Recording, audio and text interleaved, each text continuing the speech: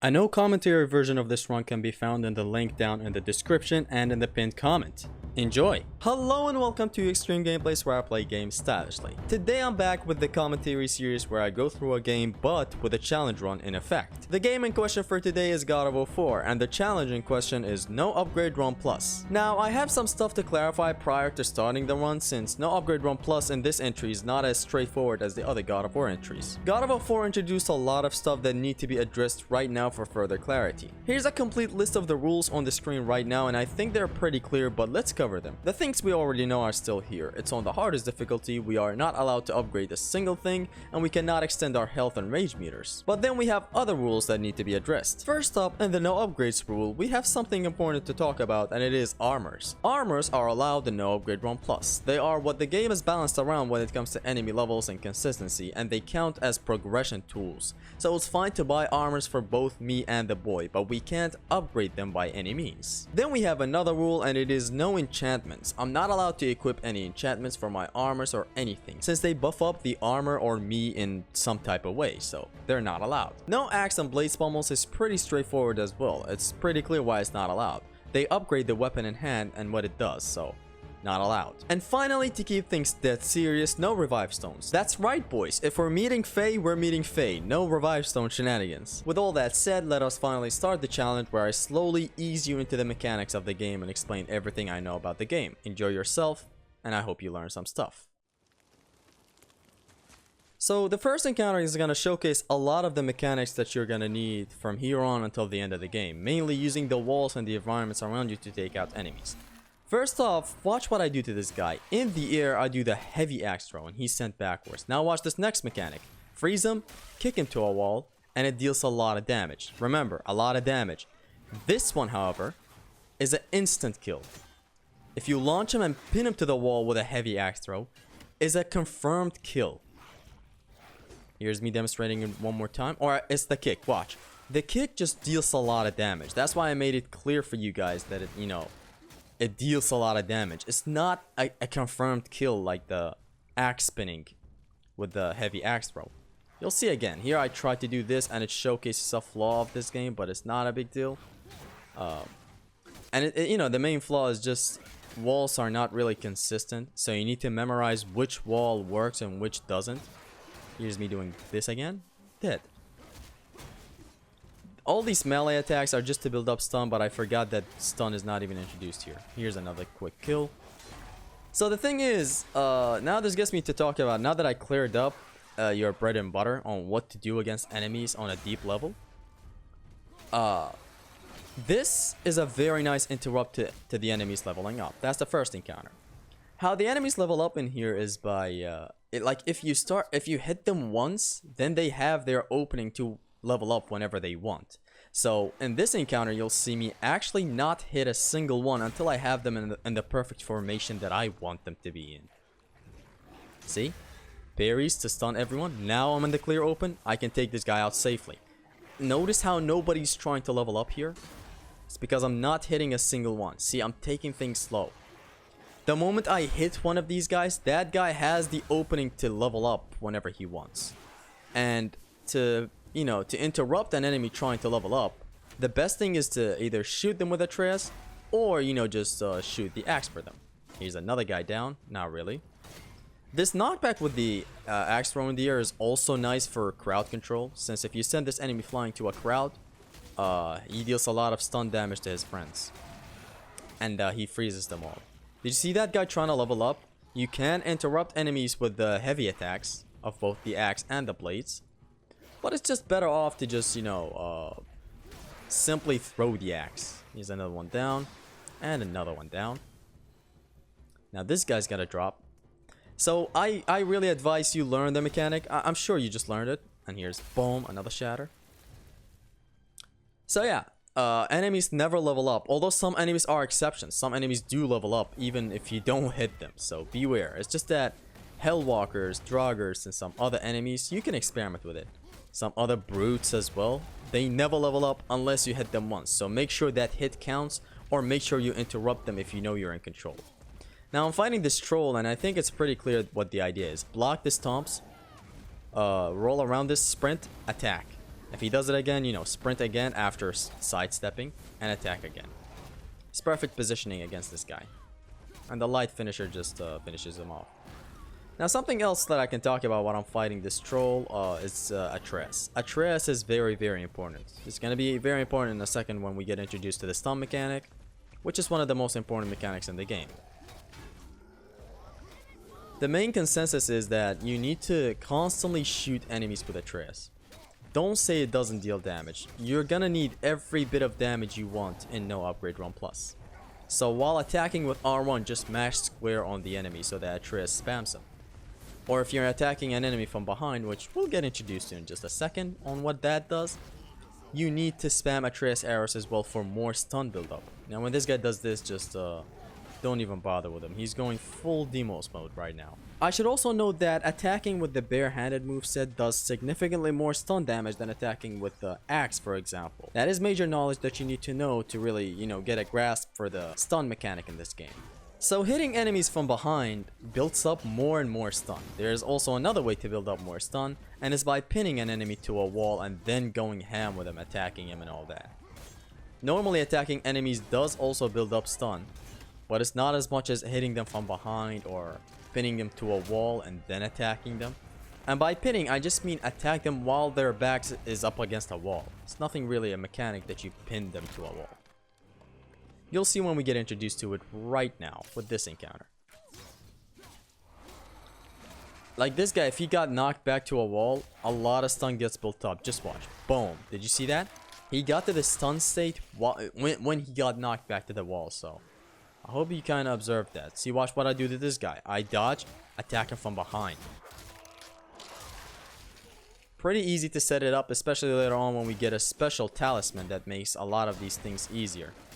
Here's another guy stunned. The stun mechanic is one of the most important mechanics in this game. You really need to have that in mind. This was very wrong, hitting this guy like that, since he can level up at any point now. See, that's why I even fasted. You know, I just sprinted towards him to take him out fast. What you're meant to do is retreat back here, where the area is better and you have more solid walls around you. Here's this guy. See, that kick didn't do the huge damage it does, but it is what it is. There, I just demonstrated the wall pinning action. You just attack the enemy while they're pinned to a wall, while their backs is up against a wall. And they take more and more stun damage. Stun is basically a second health bar, just like the posture in Sekiro. See how I'm spamming arrows even while attacking normally? Boom. And he's done.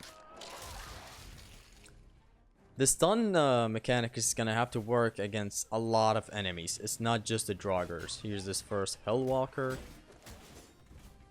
It's basically a very creative way to speed things up, and it's very God of War-ish. That's why I love it very, very much. It's like, it doesn't matter that this game is on the hardest difficulty, there are still creative ways to do stuff fast. And now, Baldur. I told you something was different about the forest. And I told you not to speak. My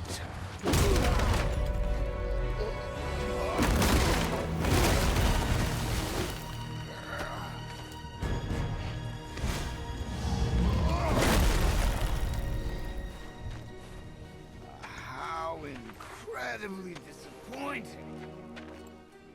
Come on then. So there's a loop against Baldur that you can do. R2, R2, R1, and then R2, delay a little, then another R2. You can also get him with the second input of the R2 if your aim is right enough. You'll see what I mean. Dodge this attack, of course. You'll see what I mean by the second R2 connecting and launching him again like this. I'm still not comfortable with it, but it is a very nice loop that can work for longer periods of time sometimes. See? It instantly interrupts him from his next thing. But if he backs up like this, you know what to do. Just approach him and attack him. This fight is good. So make the best of it. See if your tracking is good enough, you can launch him with the second hit of the heavy like this. Except I couldn't reach him. This first fight of Baldur is very interesting, and we're gonna be here for a long time until we face him again at the end. So I hope you all enjoy the commentary. This first fight is pretty basic and clear on what to do mechanics wise.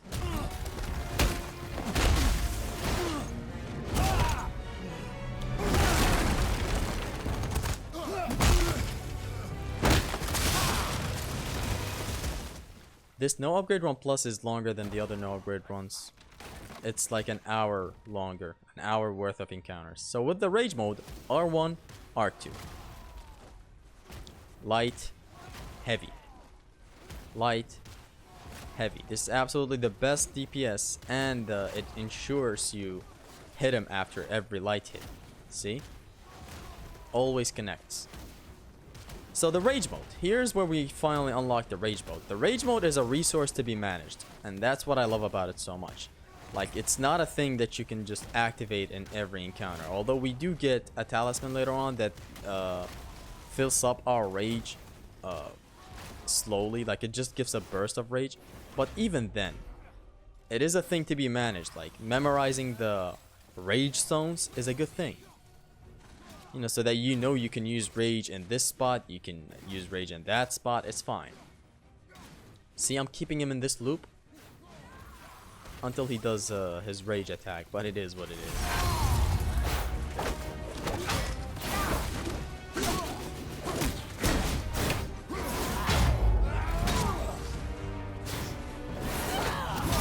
You can even block these attacks, but I'm just trying to look fancy and fast or whatever. I just love doing that while fighting stuff. And this phase is done now. I tried to make that transition as cool as possible. So here's the final phase where he unlocks a new attack.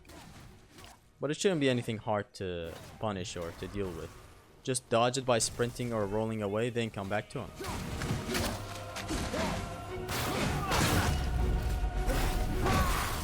After this encounter is where after this fight right here, this boss fight, is where the game completely opens up. You know, with a lot of more creative encounters and better stuff. You know, at the start the game is trying to ease you in with a troll to fight, which is a major grunt in the game. I think they also have mini boss status. And the trolls are so fun to fight. It's like, even on no upgrades, they have gimmicks. And they have a lot of weak points and stuff. I really enjoy fighting trolls. They're one of the best parts about God of War 2018. See, I took damage there. I told you this is not a no damage video. But do keep in mind that I'm constantly trying to not take damage. That's what you should be doing. Launch, boom, R1, launch, delay, R2 again. He either gets launched or he retreats and does an attack with hyper armor. It's very good. You can also interrupt him when he does that, as you just saw back there. And this is Baldur. Now we really get into some of the best encounters in this game. Here's where the game really opens up. So here's this encounter where you want to optimize the tree right there. That's the tripping, and then this that doesn't work. See, this is the thing. The walls are inconsistent sometimes, so you need to be very precise with your throw. This wall right here is very good. See, easy kill. The tree in the middle is also nice, but only if you're running out of options. Otherwise, you can stay here and do this. Trip this guy. See, like these projectile draggers, they can level up without you even hitting them. You'll see one spawn right now, and you'll notice that he levels up without me touching him. Just watch. See? The one on the left? It's no big deal since they don't have a lot of health, but you know. Some enemies are, you know, they do level up even if you don't hit them. Here's me making the best out of this. See, like, I'm not attacking in the open. I'm waiting. See, did you see that second parry and then the pinning? Do another parry so that they're all staggered. Safely take out this guy. Safely take out his boyfriend. Move on to the projectile dragger. Spam him with Atreus arrows and your axe throws. He's dead. Kept it fast for this guy. See, like, I'm hitting them confidently because I know they can't really... I mean, this guy is ready to level up at any point, but we can just interrupt him. See that guy behind him leveled up? That's because I didn't finish the job. And so it basically gives you this sense of strategy where you... it's like you decide who levels up and who doesn't. Based on your managing skills. I love it very, very much. It's just like Devil May Cry 3 where you can manage who DTs and who doesn't DT. Very, very good encounter. Next one is not really like an encounter per se. It's just one enemy, but it perfectly showcases the wall pinning melee that I want to showcase right now. And there's the minimum looting that I was talking about. Like, look at what I do to this guy.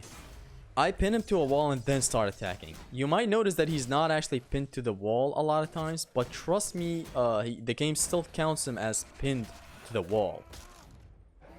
Like, sometimes he doesn't even have the animation where he's clinging onto the wall or anything, but it still counts as that. So here's where you want to see that. When an enemy is close to a ledge, attacking them means they instantly get knocked back. You'll see later on in the run again, but for now, this encounter, you just want to prioritize ring outs. Easy. See this guy? No, I just ringed him out, dunked him easy to the outside. But the point is, if an enemy is close to a ledge, you know, they do an animation where they're trying to hang on and not fall. One attack simply just sends them flying backwards. Doesn't matter if you attack them with the bare-handed or whatever. It's like here. Boom. Except the knockback kind of bugged back there and it didn't send them flying to the outside. No problem since I still got him out. Make the best use of your axe throws against these guys. Just throw a heavy axe throw to freeze them once, you know, the archer ones. Attack him with boy and then, you know, toss your axe again. That guy leveled up, I wasn't lucky, but you can try to be faster. Atreus in here, Atreus in this run really taught me how much the development that he goes through. I love how it's even in gameplay. It's not just a story thing. Like, by the end of the game, Atreus is climbing on top of Draugr's shoulders. And here's me destroying this guy from the back. Don't do any suspect stuff in the chat. In the comments, sorry. See, I just dodge behind him. Start hitting him from behind. Watch out for the projectile because I saw the indicator. And there goes this guy down. Now, the great thing is, the grabs in this game are insta-kills. Like, your reward is that you kill the enemy instantly. Ragnarok changed that. It's no longer an insta-kill. Which is just a thing that I hate. Here's where I decided to just wail on him with the axe. Since by the time his stun meter builds up, his health is also 0. Boom. Spartan kick him. Here's when this Draugr spawns in. This is the brute Draugr. Hit him from the back and spam arrows. Do the same thing. Repeat. As fast as you can. From behind. Dodge. And it's over. Battering ram to the outside and he's run out. Now this guy spawns in. Bring his ass out. Now there's another one that we still need to drain from the spawn pool to fully deal with these guys. So I try to position myself here so that, you know, this one small Draugr follows me. Try to parry so that everyone's stunned. Boom. See, one attack sent him down. Now I wail on this guy while Atreus is busy with the other. He's pinned to the wall. He's taking extra stun. I attack with the axe stupidly. Should have kept attacking with the bare-handed mode, but you can be better than me. Boom. The Ender interrupts them. Although when they're higher level, don't really count on it since it can be dangerous. And this guy's done. Grab him. Press another R1. He's out. Now when we're left with this guy, I don't know why I wail on him with the axe. Like, I should have tried this strat where I go behind him and spam him with Atreus arrows and melee attacks. Like, I don't know why I'm parrying these attacks. But the idea is still there. I'm still attacking to build up stun to finally grab him and ring him out. Atreus arrows also deal a lot of stun damage, so You want to prioritize that. And it's done. Grab him. To the outside, son. Now we're going to fight a Revenant. Revenants are just a annoying enemy, but you need to prioritize them. They switch up the gameplay by a lot, so it's great. Did you see that interrupt? She was trying to level up. I interrupt her with Atreus arrows. I could have also done the same thing with the axe, like this. It's great how things are coming up as I'm explaining them. Now you might have noticed that I'm not using my rage mode. That's because A, we don't need it. B, we need it in another spot after this. And that's the first Revenant. Pretty cool enemy. This guy in here. I took the chest back there, by the way. There's a red chest. I took it. And every time you see a chest in your way, just take it. It's no problem. Just don't go out of your way to loot everything, though. You don't really need it. That's the great thing about this run. I expected to need to, you know, loot a lot and all that, but awesomely, no. Boom. The Ender also interrupts these guys when they're trying to level up. This guy's done. I don't deal with these guys as good as I can, like right now after watching this footage.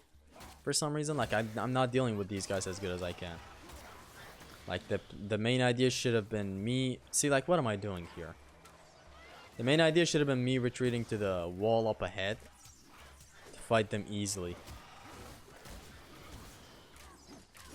Just trying to hit this guy. He's done. Again, I need you to remember that melee attacks deal more stun damage. I tried to interrupt them, but it is what it is. Still leveled up. Pin this guy to the wall. He's out. The encounter after this is very good. And that's the one we're saving our rage mode for. You'll see why in a second.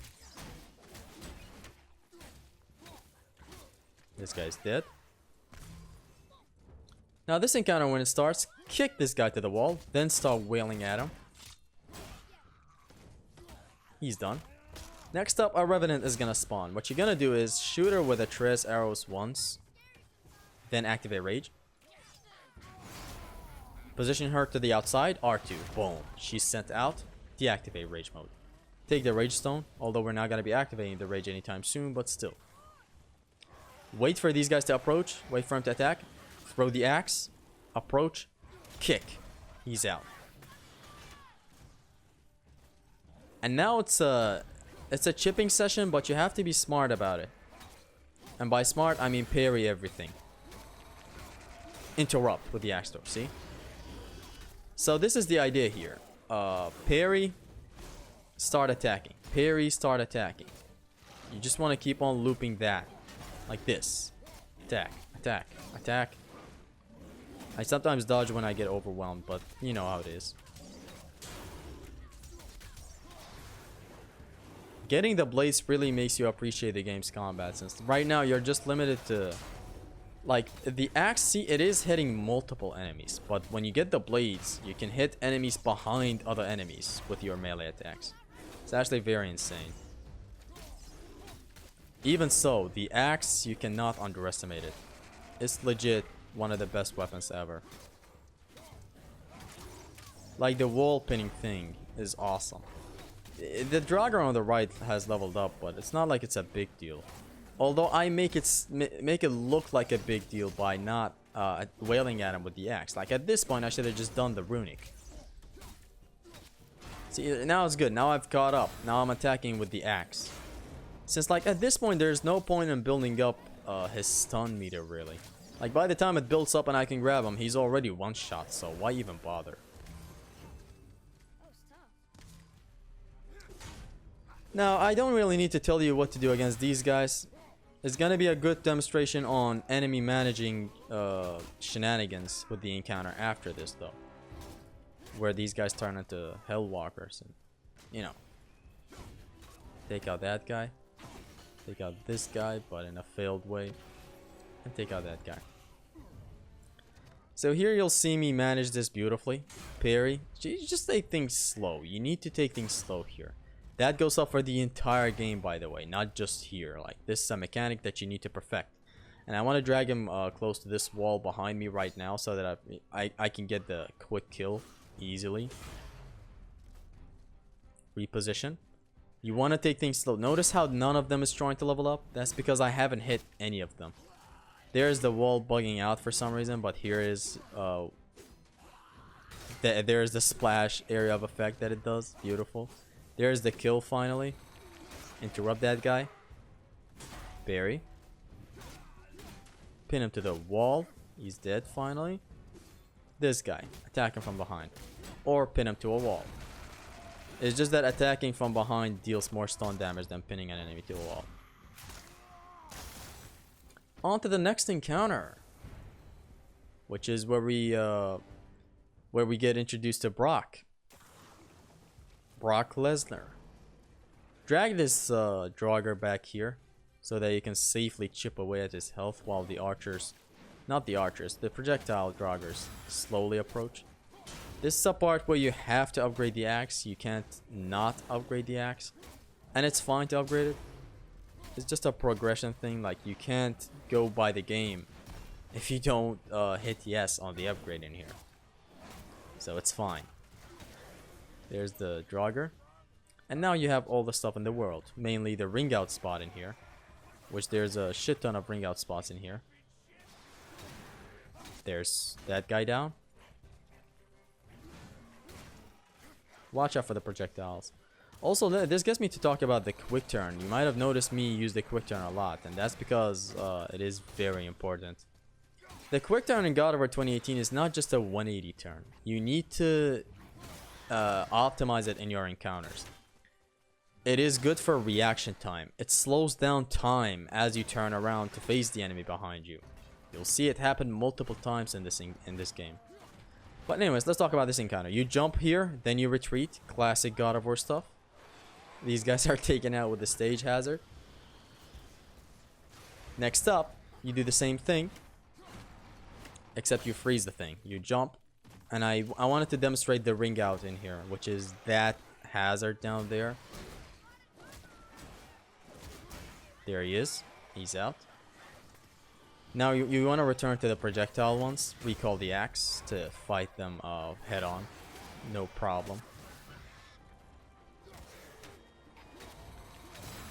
Interrupt him.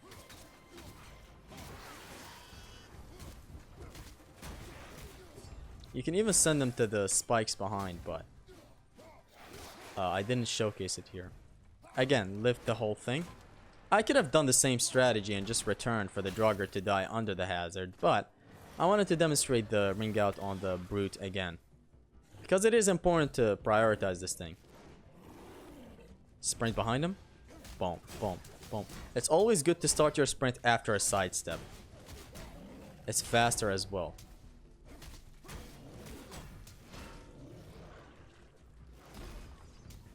He almost lost his stun build-up, but I got it back. Anyways, watch me ring this guy out by the throw. And he's out. A very, very cool and nice encounter. But now we have an even more fun encounter after this. I think it's the troll one, right? Let's see it. This guy. Yes, it is the troll. This guy has a lot of interesting stuff, but let's cover the startup. Shoot his face. Retreat back here. There's a way to build up a whole lot of stun on him by just abusing the pillar that he has. Do one runic attack and he start doing the fire attacks, not this attack. It's like what I'm doing right now is I'm attacking him for fun. So you want to shoot his pillar as he's doing stuff. Watch. Recall the axe and it hits the pillar on the recall. See, like this. Look at his stun build up. One more arrow of Atreus and he's stunned. This way you safely get a lot of damage in with the grab that you can do on him. Just like that is done. And you can repeat the same process, but for now the fight is not as easy as you think. There are projectile fellas around. See, I do the same thing here. It's just my throwing is not on time. So the idea is to hit the pillar as he's about to throw the things. Like when it glows, you want to just shoot the pillar. You'll see me do it again. And by shoot the pillar, you can also recall the axe on the right time, you know, basically when it glows, to get the same effect. You can also interrupt him from doing the fire attack by shooting his hand or face. Here's me shooting the pillar, recall it at the right time, see? With enough practice, you'll nail down the timing. Just one arrow, see? He's stunned. This is what makes the trolls so fun to fight. I love it very much. Boom. So we're kind of... It's not as easy as you can see. Like, this took a lot of practice. But I'm sure you can get it with enough practice as well. Anyone can. These guys, the projectile fellas, when they have a projectile in hand, the moment you hit them, they get knocked back. So you can see, like, look at this guy. Boom. He's knocked back. The guy behind him as well. Boom. If I just hit him with a normal axe throw, he would have gotten knocked back. A very, very nice fight. I don't think I tried the pillar strat on this guy again because, like, at this point he's low on health enough. I don't need to grab him and do another grab after. Like, one attack sends him knocked back. The attack that this troll is doing, this fire attack, is blockable, but if a lot of the fireballs hit your blocking state, your guard gets broken. You still don't take damage, but it is what it is. I activated Rage because I know there's a Rage Stone on our left. So I decided to just go all out in here. Just for fun. This is what I meant with Rage being a resource that you actually manage. And I love managing resources. I'm glad that's at least one thing we can manage. There's the interrupt. Thankfully I showed it. Just shooting his hand interrupts him from doing anything. His face is also a weak point, as you know. Recalling is at the right time, when it glows, as he's trying to do the attack. But I decided to not do it, since why even bother, really? Let's just focus on the projectile guy.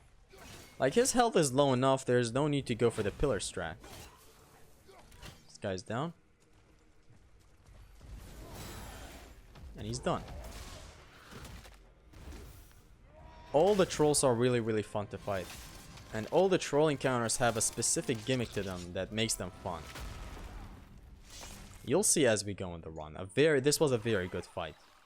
Here's where we get introduced to nightmares. Just jump to the next platform to be completely safe. When they do this and they rush at you, you can dodge at the last moment. So that it explodes and you don't really die with it. Or you can just shoot it like this. Easy. Here's where you buy the first armor. Boar hide. Shoulder guard. And then try to buy the wrist version as well. Same thing with the skirt as well if you have it. There.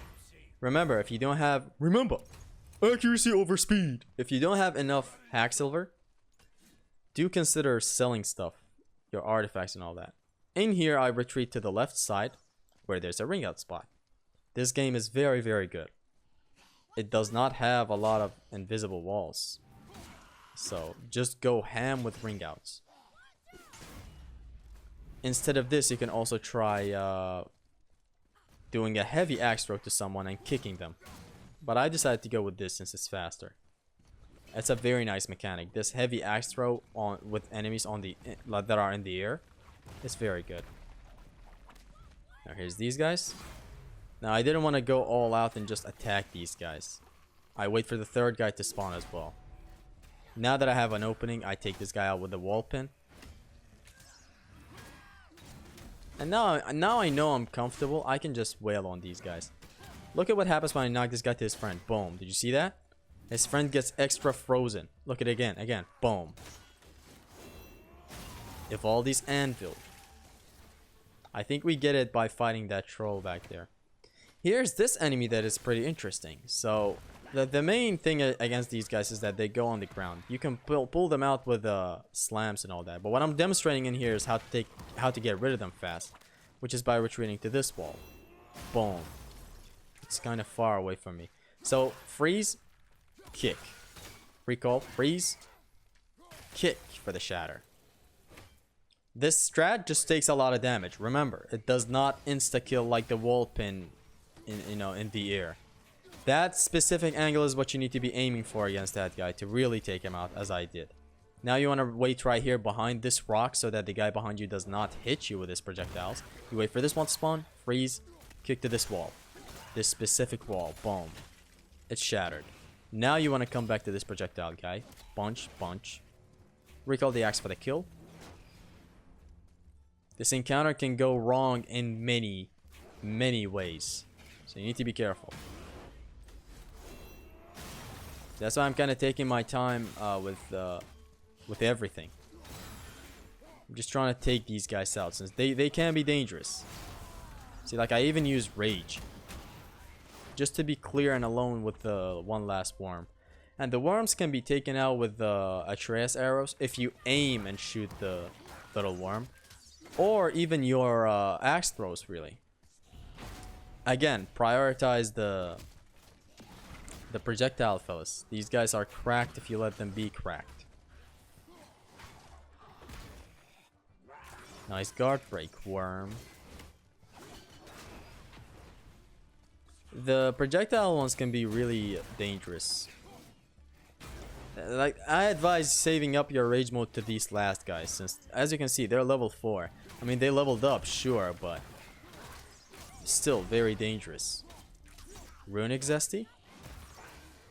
Zesty Runic? No? Okay. Also, I'm sure you realize that back there, kicking a frozen enemy to other enemies is also a nice effect. Like, there's a collision detection that freezes everyone around. There's the Rage Stone back. Huge. And now the Revenant. This fight is gonna take long because it didn't go as planned. I tried wailing at her with the axe as well, but it never worked out. So it's just a huge chipping session on an enemy that keeps on trying to run away. I like the Revenants. They are very hard to fight.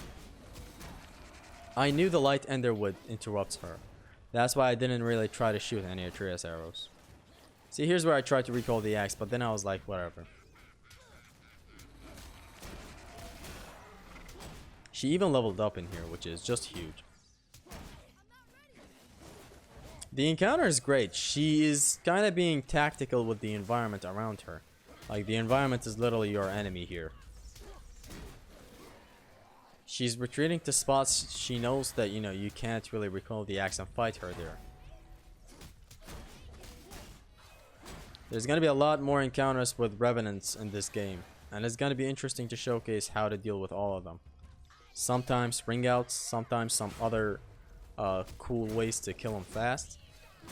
This entire run is basically that. It is a very fun run to do the no upgrade 1+.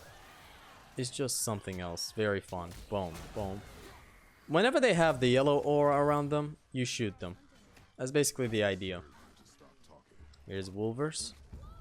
Kick him to his friends so that he freezes them. Do not use the environmental stuff.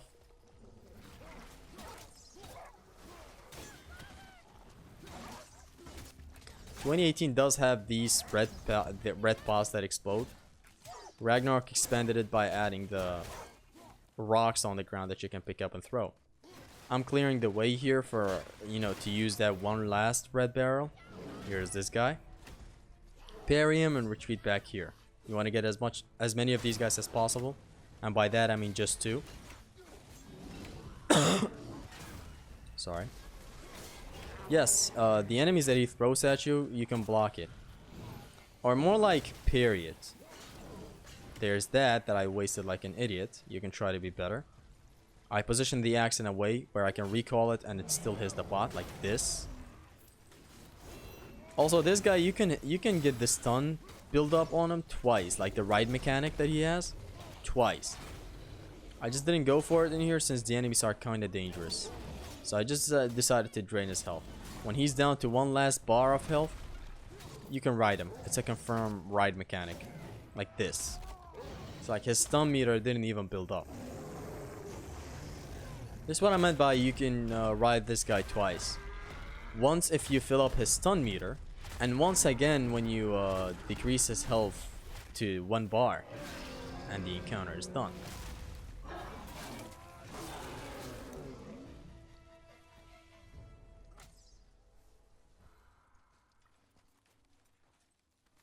Here's where we get another runic attack and it's Charge of the White Bear. This is gonna be important in some spots, so that's why I show me collecting it. And now we're in Alfheim. Now, Dark Elves are one of the hardest enemies in this game. Like, they work so well in crowds and they complement each other so well. It's a huge difficulty spike. Alfheim is a difficulty spike. You need to be careful. Like, when you launch them, they have a air escape. They dodge backwards. You can use it to your own advantage by, you know, still throwing the axe, but you just need to position it better. Here's the quick turn slowing down time like a Chad.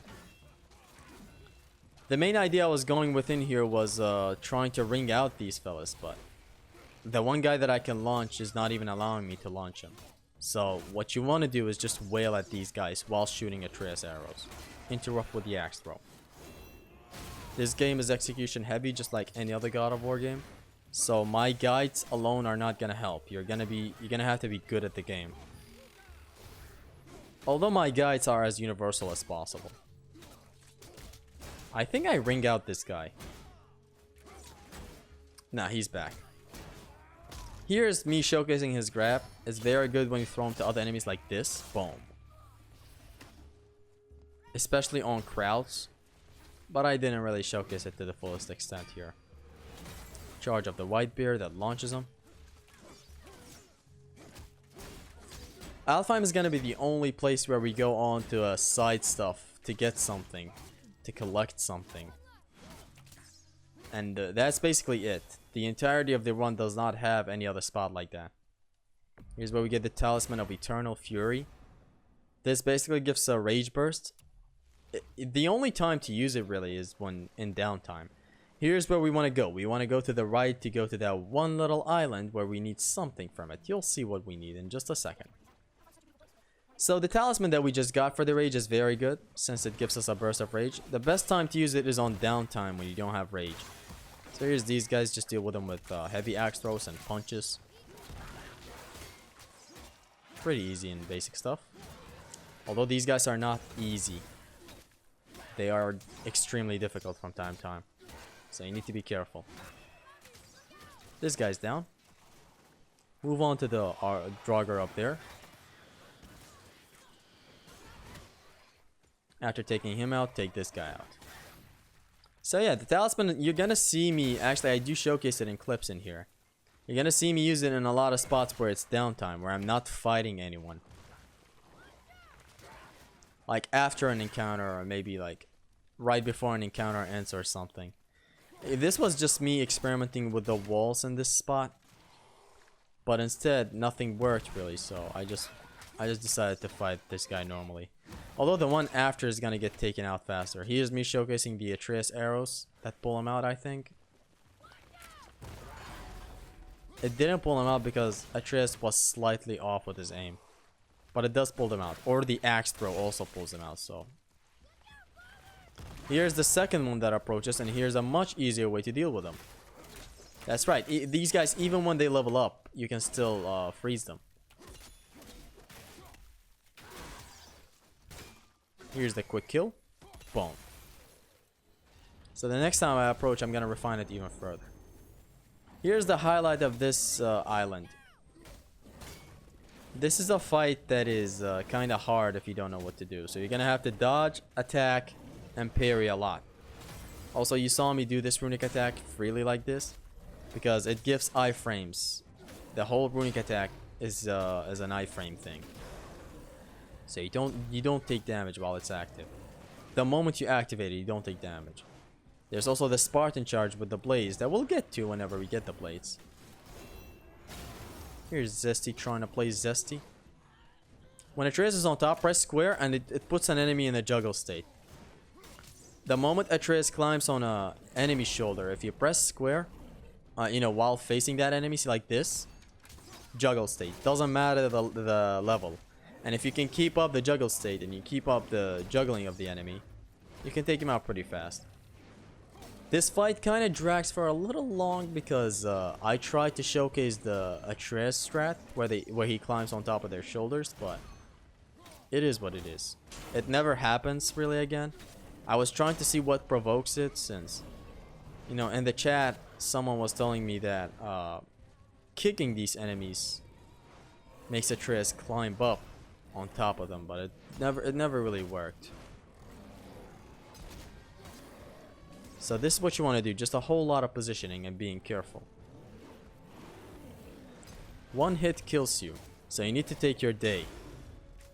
This is good. When I parry this guy, it's a good day. Since you know you can parry everything else and it staggers the one behind him as well.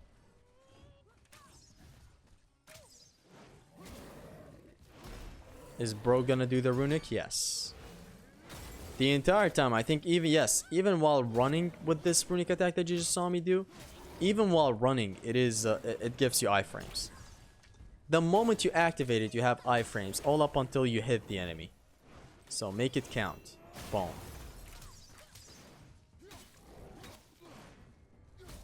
This guy's at level 4 the moment he spawns. We're never gonna do any others of these optional encounters. Only this one, and it's because we need an item. The item is something that we need to talk about right now. It's the Amulet of Kvasir. It slows down time on a last dodge. If you've played Bayonetta, you know what I'm talking about. It basically activates witch time for Kratos. Which just makes me love this game even more. Don't dodge backwards when he does that thrust attack, please. These thrust attacks are designed to hit you even if you dodge backwards as far as you can. So I was just lucky back there. So anyways, we visited this place for the amulet, and we're gonna get it in just like 30 seconds. You're gonna need it for the run. You're gonna need it for the run. You can of course do the run without it, but I'll leave that to you. But I decided to take the optimal approach. Boom. Dodge. You're gonna need it in a lot of spots, especially in the hardest encounter in the entire game, and the gauntlet at the end. And this guy is dead. You're gonna need the amulet very, very importantly later on in the hardest encounter, right before fighting Baldur. And here it is. I just showed the puzzle as well, just in case you wanted it. There it is. Here's a cool enemy that the game just makes us test, but I just instantly fail the test by getting hit, but doing it the second time. You get a realm shift for 1 second, and 1 second is all you need in combat. Pin him to the wall, attack. Although this is kind of useless since he's already low on health, but you know how it is. Boom. Game is so crunchy. So in here, the first dark elf that spawns on the left, you want to freeze him. Heavy axe throw, kick, boom, he's out. You can also do it with the runic attack. Petrify him, not petrify, sorry, freeze, kick. See how much the realm shift is helping here? It helps you get more attacks in, and it is just lovely. You want to dodge away a lot since these guys are dangerous. I was trying to shoot this guy with Atreus arrows, but the right thing would have been just shooting him with my, just throwing my axe. That would have been the right call. Keep a lot of enemies in your perspective. After I froze one of these guys with Valdi's anvil, I kick him down. See? If you're fast enough, you can even kick down 2 of these guys. It's just that I never paid attention to the other guy for some reason. Or maybe I got too late. Just know that it's good. Like, even though right now throwing heavy axe throws does not really freeze these guys, it just bounces off of them because they're high leveled. There's still Evaldi's anvil that freezes them in place. There's gonna be another wave of the dark elves after this one, after we turn the wheel. So it should be good.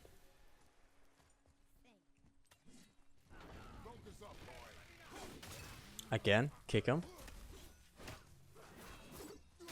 And now we're left with this guy. Dodge. Dodge. Get the timing right and get comfortable with it against the dark elves.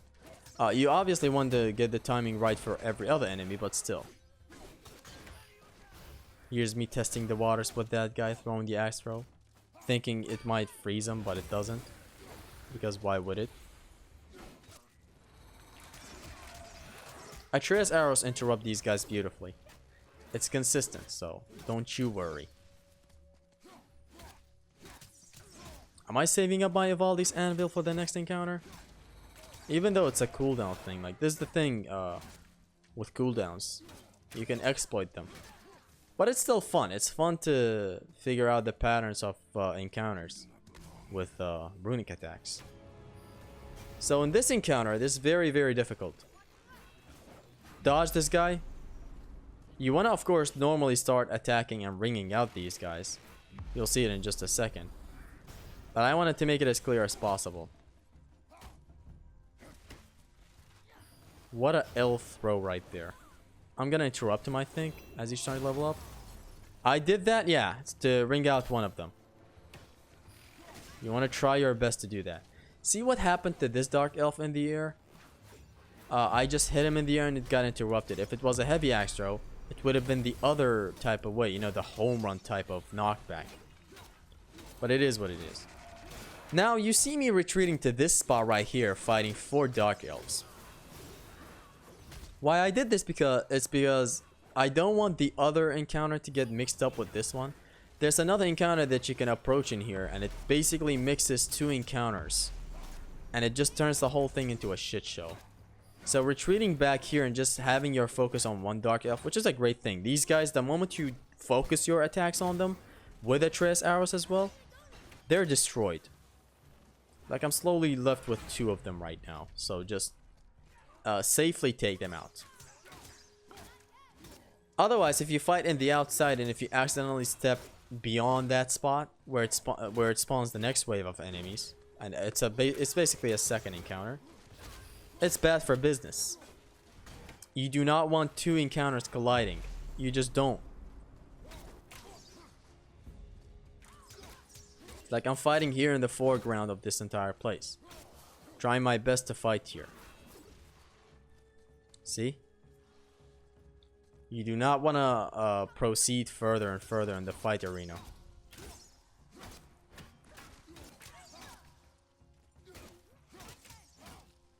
Hit that boy from the back in a very sus I show speed type of way. He's dead. The next encounter involves a Draugr brute and dark elves, so it is challenging in a bit. We'll see how Zesty treats it though. I think one of these dark elves can get launched. Yes, this guy. He's level 2. He can get launched and he can get frozen. So that's a pretty huge dub. Although pretty L showcase of the dub. I also use Rage in here since, as I said, it's a thing that I can manage. And bring this guy out. Beautiful. Here's where the Realm Shift comes in clutch again. Actually, for the first time. You'll know what I meant by saying it's awesome for a lot of reasons. I can just flank enemies and get a lot of attacks in. This guy's stunned. Grab him. Kick him out of the whole entire place. Here's where I use Rage Mode since I know that in the next area there's a forced Rage Mode moment. I was like, fine, let's just use it. Here's Evaldi's Anvil doing work into the kick. If I hit him with that heavy axe hit, you know, the R2 of the axe, he would have still gotten knocked back. I wish I showcased it. It's still a send-off that the axe has. It's very good. It's like right now the next encounter is just a Rage Mode encounter. That's why I used the Rage Mode back there, since we already just have it wasted in here, so might as well. I sped this up since it's very basic. You have infinite rage and infinite health, and you just take out these elves. So the thing to talk about right now is, again, to bring it back to the whole thing I just showcased back there. Frozen enemies, they have a thing that you can do with the axe. You're not forced to just kick them to get the knockback. You can just simply press R2 and it also knocks them back. The animation looks beautiful. It's just Kratos trying to say, just get out of here. Sending him off. So against these guys, I just fight them normally. With a whole lot of chipping. And you're gonna see me do something after this encounter with the talisman that we bought a couple of seconds ago. By the way, don't get hit here. Getting hit is a skill issue, I know. I hate this effect, but at the end of the day, it's a skill issue. You know, the effect where it darkens the screen? I just shouldn't get hit, that's it.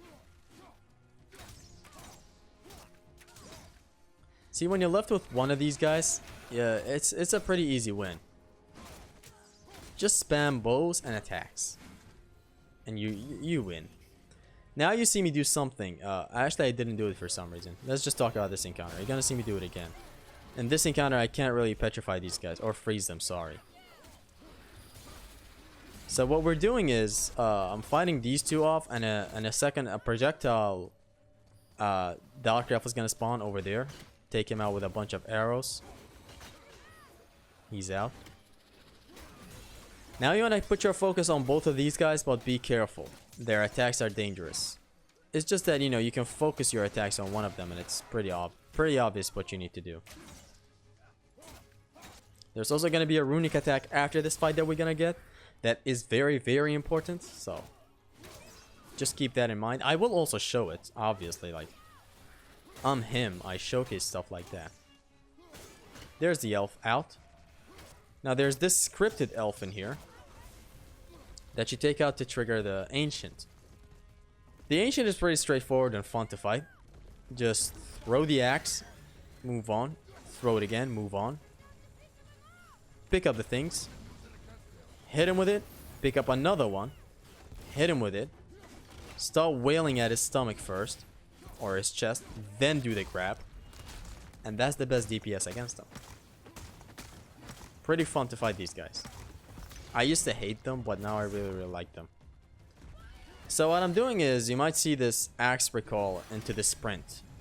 You might say, Zesty, Kratos just is stationary after I recall the axe. How are you doing this? How is he doing it? Well, what I'm doing is, after I press triangle to recall the axe, I sidestep first, then start sprinting. That way you can freely just move around and the axe comes back to your hand. See? I'm sprinting while the axe is making its way back. Here you want to make quick work out of this boy. Like really quick, and then grab him. And the stone ancient is done. I said make quick work out of him because the Dark Elves can really make things messy in here. Who the fuck is messy? Boom. I used the rage here since there's a rage stone, but I wish I went all out with it to showcase the talisman of the Eternal Fury. And at this point you might have seen me get hit and I didn't even bother restarting. This is what I meant by this is not a no damage run. I just don't, I don't know, I don't like penalizing myself to the point of restarting an entire encounter for getting hit. Like, that encounter was done beautifully all up until I got hit back there. It is what it is.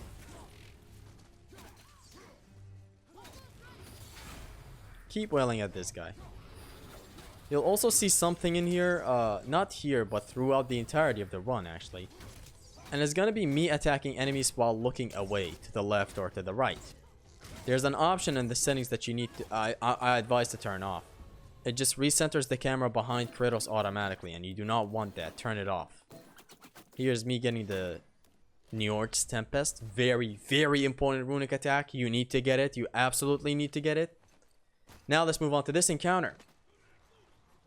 This guy, interrupt him. Although you don't have aim assist, so be careful. Your aim has to be on point.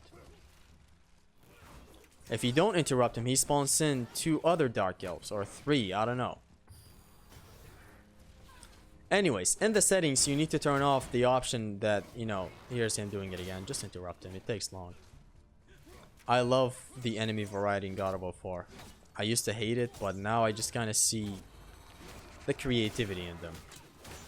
Thanks to proper play and Haristos dropping a movie script in the God of War 3 guide. Basically the day we met and all that. Anyways, in the settings, make sure to turn that option off. Sometimes you will, not just sometimes, you will see me do that a lot in this run. I attack an enemy that is, at points, I'm kind of ahead of the enemy as well. These nightmares are pretty basic. Just do this. Just dodge or hit them. And now an enemy spawns behind you as well, so be careful. This encounter is very greatly structured. See, there's a guy behind me. So they try to flank you and all that. You need to be careful. This last nightmare approaches. Kill it or dodge or whatever. Jump over here to calm things down. Do evolve these anvil from this spot. Just start attacking them right now. At this point, it's another chipping session of 2 Dark Elves.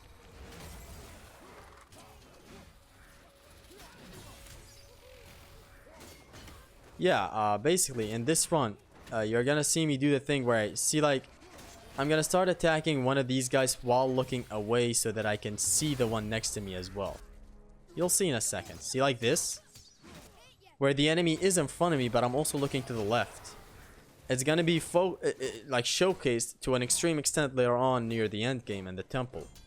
You know, prior to flipping the temple, where we fight 2 travelers.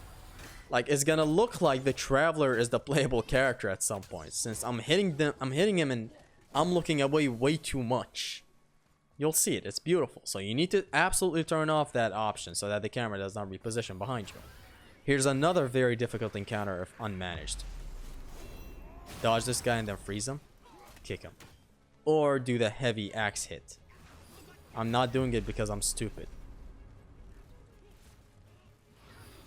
Reposition so that I spawn. I just move these guys away. Perfect dodge.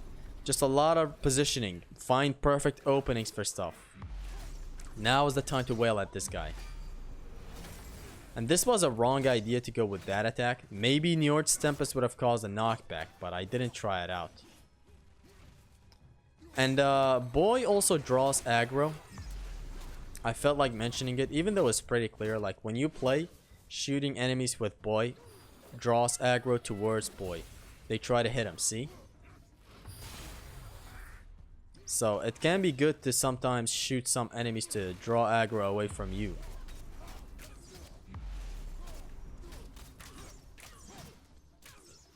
So yeah, pretty straightforward what to do against these guys. Use the rage mode, and after this is where I showcase something very important about the rage mode and what you can do with it. See the talisman that we bought when we entered Alfheim? You want to use that on downtimes, like when you know there's a climbing section in front of you, or there's a gap between this encounter and the next encounter. Just do it. I do showcase it right now. I showcase it in multiple spots where you can actually activate the talisman, just for you guys to also do so, since you need some of that rage back. But although there are some spots where I use it and I'm using it very poorly. Like, here's me using it right now. It's like, I select it, I activate it, a nice burst rage, just to manage it.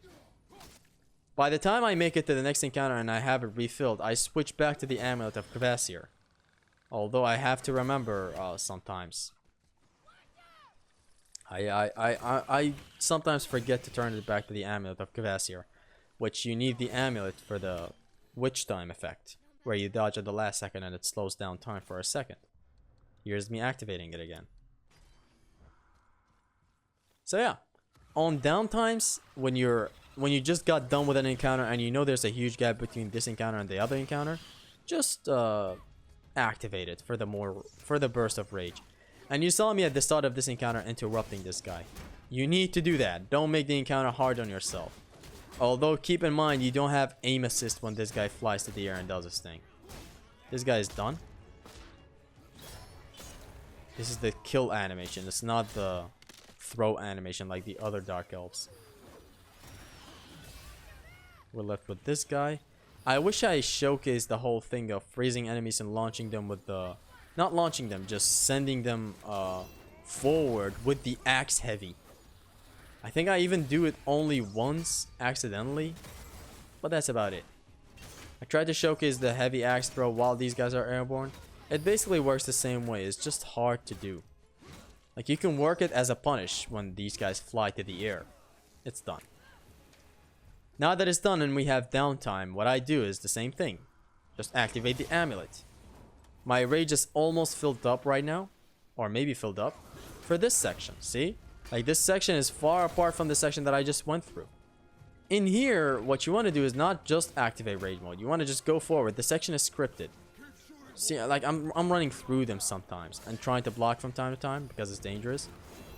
Boom. I saw a rage stone. I activate rage. Why not? Boom. Deactivate rage since we need some of that rage. And I just run through them. The segment is scripted, so these guys are not as strong as normal elves that you fight. They die faster. A lot of their stuff is blockable. See, they have that attack that doesn't deal damage. It's just a scripted section. And you make it here. Right before this ends, since I know there's a cutscene and a whole walkie-talkie after this, I activate the amulet. And now we're back here with full rage mode. This is what I meant with rage being a thing that you manage. The amulet, this talisman takes a long time to recover, so you need to use it in creative spots. Although if you restart the checkpoint, it gets filled up, but you know how it is. If you want to keep continuity. I should have done the heavy axe throw here, just to showcase the send-off effect. Just like any normal enemy getting sent off with a heavy axe throw. Boom. There, see? I knocked him to the wall with the heavy attack of the axe, rather than the kick. And it still did the effect where, you know, you knock back enemies that are frozen to a wall and deals a shit ton of damage, so you know how it is. You saw me ring out that first guy, and now it's turn for this guy to get out. As you just clearly saw. We acquired the new arrows that build a shit ton of stun. And they are very good. Make sure to spam them. Like this. Since they explode again. See, like, you even gain access to a knockback on the dark elves. If you hit them enough with the light elf. Which is other than it being a beautiful way of storytelling, since, you know, these are dark elves. Obviously, they have weak points to the light of Alfheim, I guess. Or just, you know, I don't know if I connected that in a weird way, but I'm sure it makes sense. See that frenzy type of thing that gets activated on their head? That status effect that they have? It's not freezing. It's something else. It's the light and the axe attacks. So that's why you saw me ring out the second Dark Elf in this encounter. Just make sure to make the best use out of these arrows. Here we fight two Revenants. What I like to do is retreat back here. I wait for that upper left Revenant to approach. This will all make sense in just a second. I wait for her to approach a little closer. See, she's creeping in.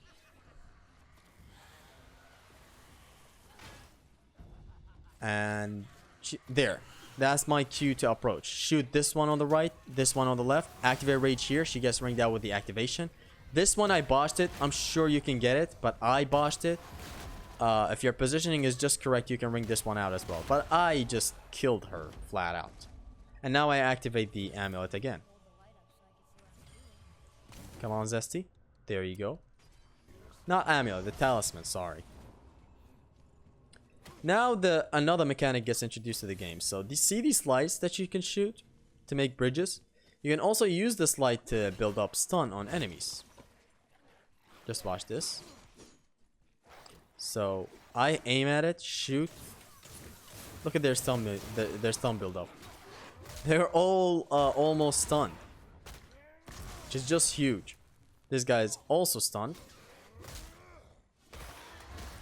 On to the last one that is also gonna get stunned with the light crystal. And it has some cool range. See, it reaches. So not to worry. It's over. Next up, we're gonna fight a Draugr Brute, which I'm gonna fight him in a pretty shitty way. Like, I think I go for the stun for whatever reason, when I should have clearly just gone for something else.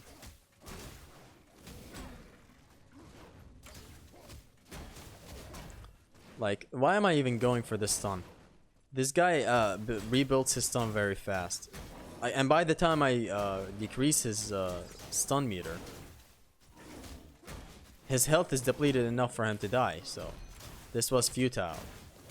See, like, I am building up his stun meter, but it was just better off to just attack him with the axe, but past Zesty is stupid.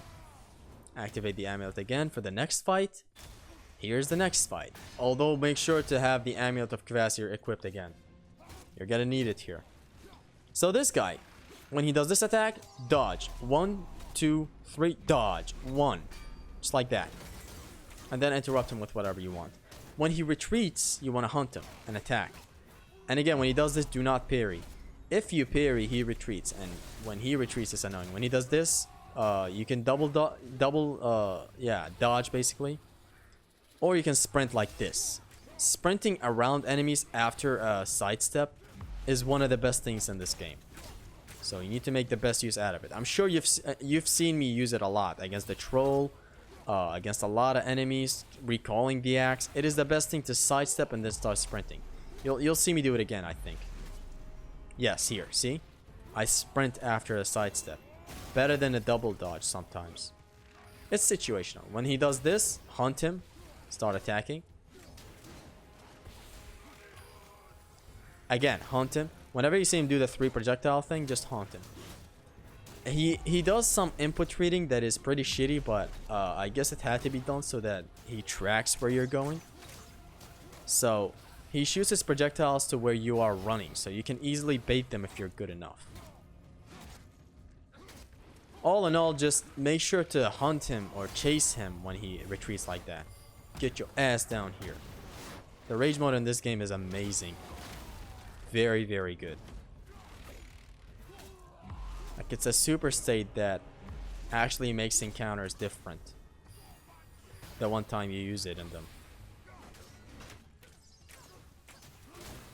See, just spam Atreus arrows. You're gonna need that small teeny bit of damage one way or another. This guy loves blocking. His name is Block Resner.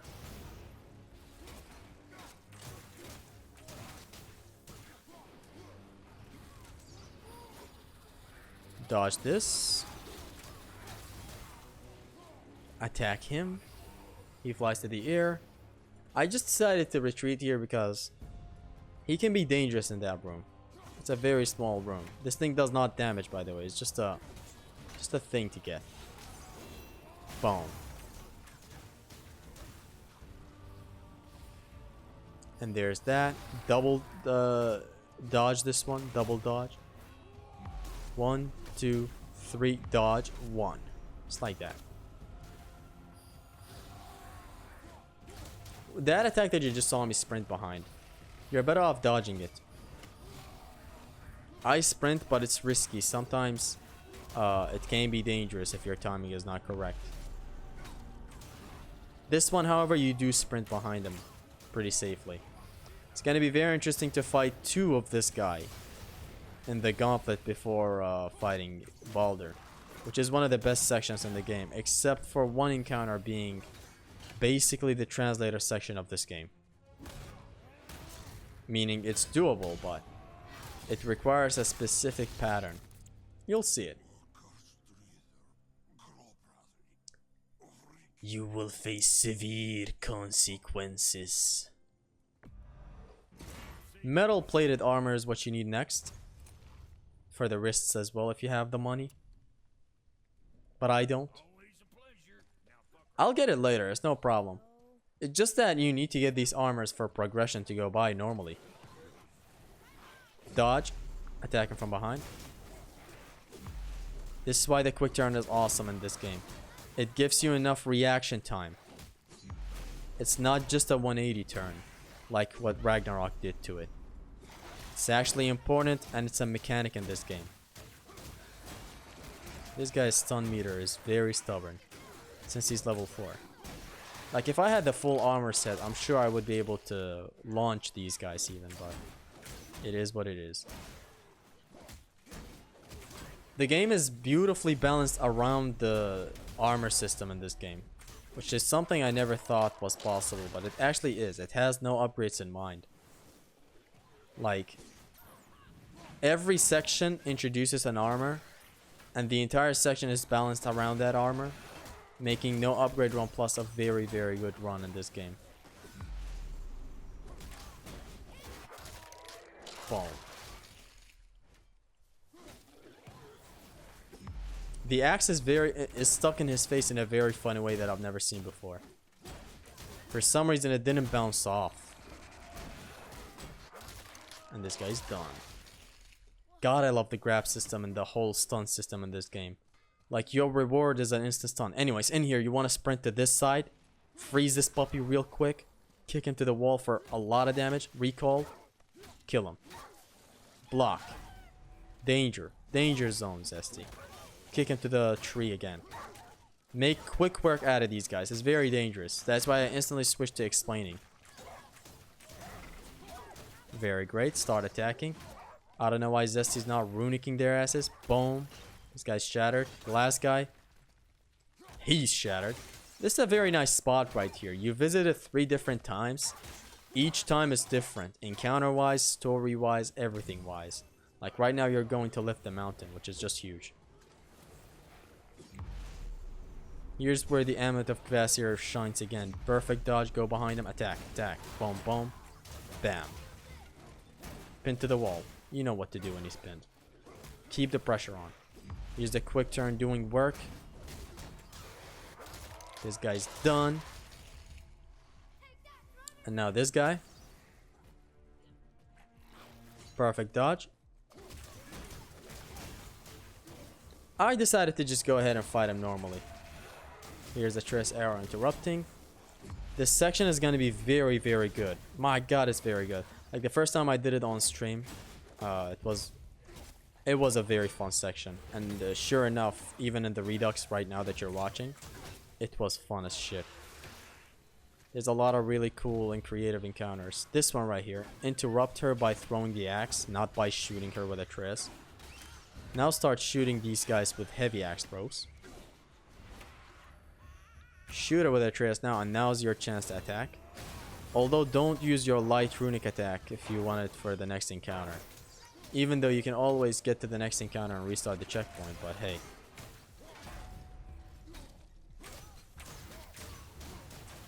This Revenant's design is awesome. Like, I used to hate her back in my comboing days where I hated every enemy that couldn't be juggled. But now I really appreciate it and the variations that it has. Like, this thing can also work like a Gorgon type of enemy. In Helheim, we get introduced to ice wraiths, and they can petrify you. Basically, freeze you in place and attack you. But yeah. On to the next encounter. Watch this cool transition that you never even notice. Like, right now my heavy runic is rebuilt. Anyways, this guy approaches. Perfect dodging. Njord's Tempest. Ring out. Retreat to the left where this guy approaches. Perfect dodge him. Do this. Start wailing at him.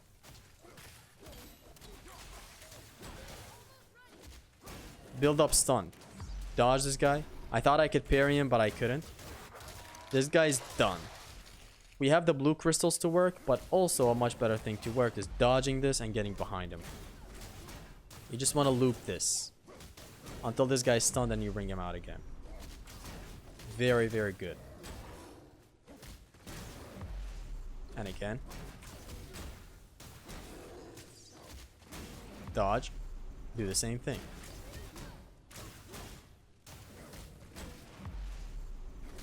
When he gets stunned, you grab him and you throw him to that red chest over there.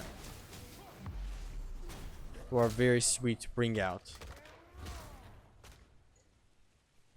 He's out. These blue crystals on my right could have been used to build up stun, but they're not really the best thing right now. However, this next one will be helpful, the one in front of me right now. Aggro this guy, make him attack you. Njord's Tempest. Now you see me use this, but it's like the stun is not that insane, nothing to yap about. But still good. Continue your melee approach. This, again, to build up a lot of stun. And it's done. This whole segment is very fun. Actually, the entire run is very good. Like, figuring out strategies and all that was a lot of fun.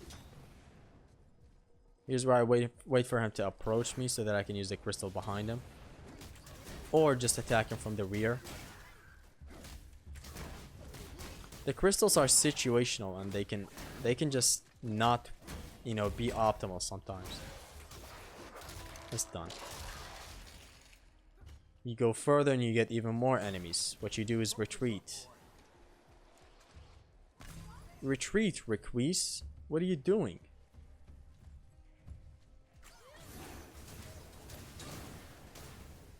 And just build up stun. You want to juggle both of these guys at once, or all three of them at once. That shieldy boy is extremely dangerous. You want to get behind him and do this as a punish until you grab him. If you see an opportunity to parry something, if an enemy's attack is yellow, make sure to parry it. See from behind, man, a lot of stun gets built up from behind. It's by design. You were meant to attack and fist enemies from behind. It just happens. Shoot the crystal, Zesty. Just like that, this guy's stun built up. Boom. God, it's so crunchy and fun. In here, what you want to do is you bait two of these guys to approach you. Perfect dodge. Interrupt that guy from doing anything. The guy next to him, dodge him, and then do the Njord's Tempest on this guy. Now you want to retreat back here so that the projectile draggers cannot hit you. What you do here is wait for this fiery guy to approach, or any one of these guys really. But be careful, do not go guns blazing with your melee attacks. This guy is beautifully done. See, like, if this was Ragnarok, this guy right now that I'm about to stun, like, this wouldn't have killed. It would have done a lot of damage rather than killing. Which is something I flat out hate. Like, why? Again, in here, I'm being extremely careful with my melees, and I'm being extremely careful with reading this guy in front of me. Like, the moment he goes fire, see? You have to retreat instantly. This guy's stunned. And the grabs in here, see this fire shockwave around? Ragnarok somehow removed that for no reason. For a lot of enemies. A lot of enemy grabs in here, you know, deal damage to surrounding enemies as well. While as Ragnarok doesn't. Not that I care, since I'm not gonna do a no upgrade run plus for that game. Atreus section is just something that I can't go through again. Like, look at this awesome creative way. Fast way to kill an enemy on the hardest difficulty without upgrades. The stuff of legend. Like, I wish I could play Ragnarok no upgrade 1 plus right now, but I'm just gonna tell you guys, it's not gonna happen. If it ever happens, it's gonna happen in a long time, but anyways, let's focus on this commentary right now. Let's not turn this into a ramble. There you go.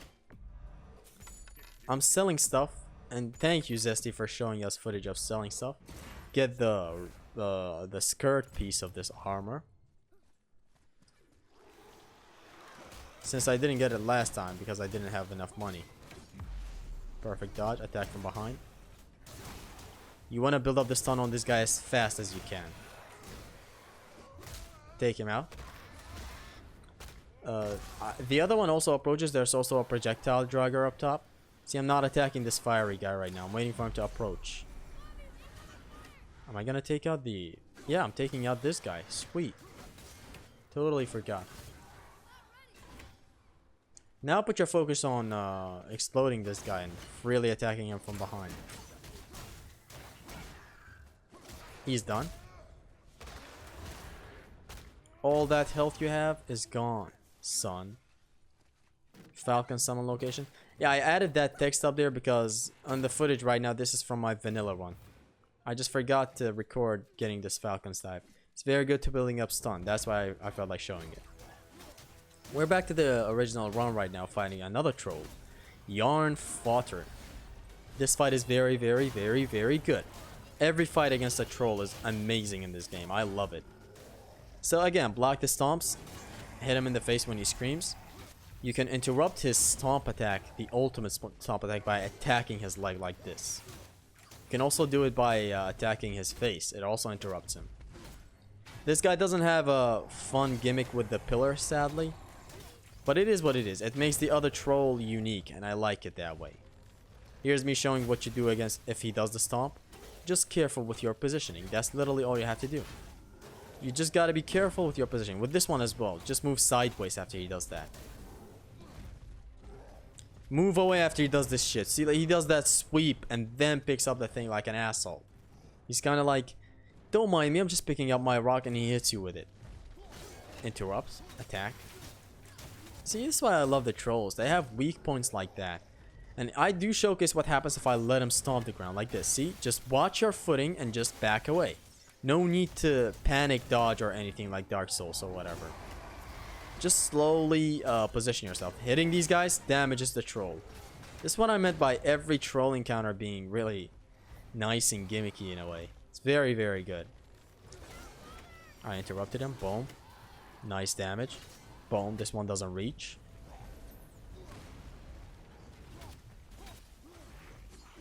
Level 3 Draugrs. Boom. Just watch out for your positioning. And I let him. Did you see that? The friendly fire in this game is amazing. It's a cool thing. Whenever he does the stomp, just watch your positioning. Or interrupt him like this. He was about to drop the thing and I didn't let him. You can also ring out these guys if you ever get the opportunity to do so. But I decided not to, and to actually use them for more damage on the troll.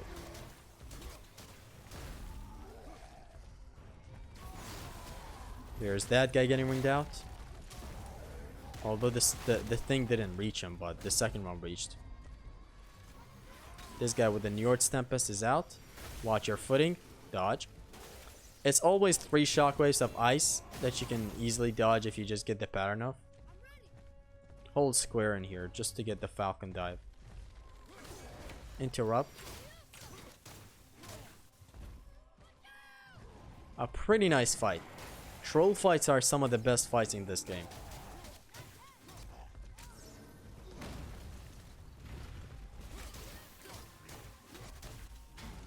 And Ragnarok completely misunderstood what people hated about the trolls. It wasn't the frequency, it was mainly why is it a troll and not something else, which is pretty fair. Like, it got especially insane with the Helheim segment introducing the troll, even though it is the best troll in the entire game, and legitimately one of the best fights in the entire game. It would have been better to fight the bird, obviously, whatever it's called, I forgot the name. Anyways, this troll is awesomely done. Here we pick up the River of Knives. That is going to be useful for ring out strats from time to time, but hey. Move away from the stage hazard. Hit this guy with a projectile. Vault. Recall. Hit him again. Hit him again. Now, you know, when I was hitting him, I was behind cover so that this guy couldn't hit me. Now this guy's done. Moving on to this spot. This is one of the best encounters in the game. Activating Rage rings out these two. So you can deactivate it instantly and just pick up the Rage Stone.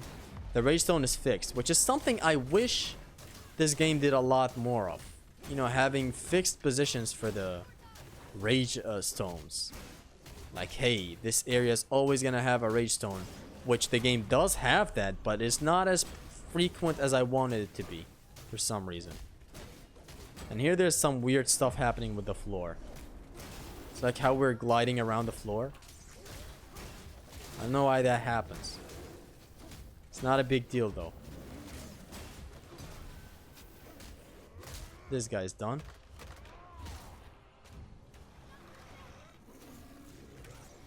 Boom.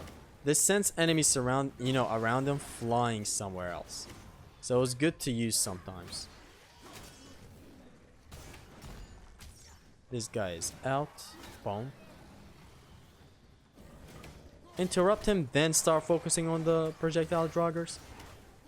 The projectile Draugr 1 is out. Projectile Draugr 2 is gonna level up. Right? No, he's dead. Awesome. The Draugr in the middle, this guy that is catching fire, can be very good to shoot when he's in crowds, but I never could optimize it in this encounter, sadly.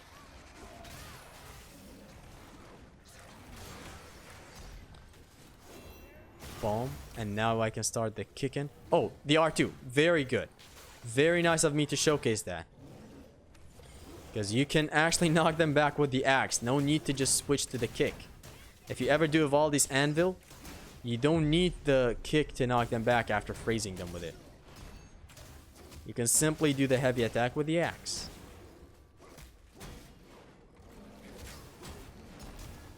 Boom, boom. Grab them. For the battering ram, press R1. Throw them out. Here's where the encounter opens up even further, and then even further with the troll getting introduced. I think using Njord's Tempest on that little Draugr, the skinny one, the Baldur looking mofo, I think it does knock him out.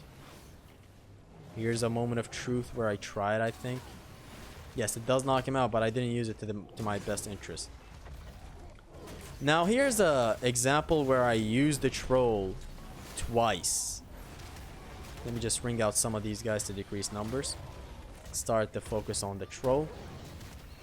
Please also try to spam arrows while fighting the troll.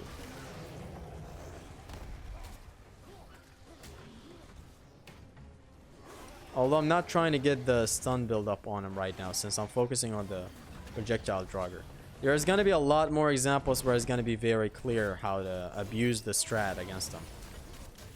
There's going to be some encounters where you absolutely have to get the troll stunned twice to achieve victory. So this one, I don't think it's one of them. This is just one that I'm going to take out the troll in. As I said, the troll can have two stun moments.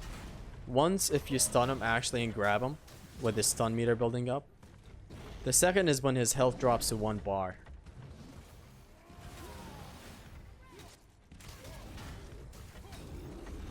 Dodge. So yeah, this is gonna be just me getting the ride mechanic casually. Just by getting him to 1 bar of health. Nothing crazy.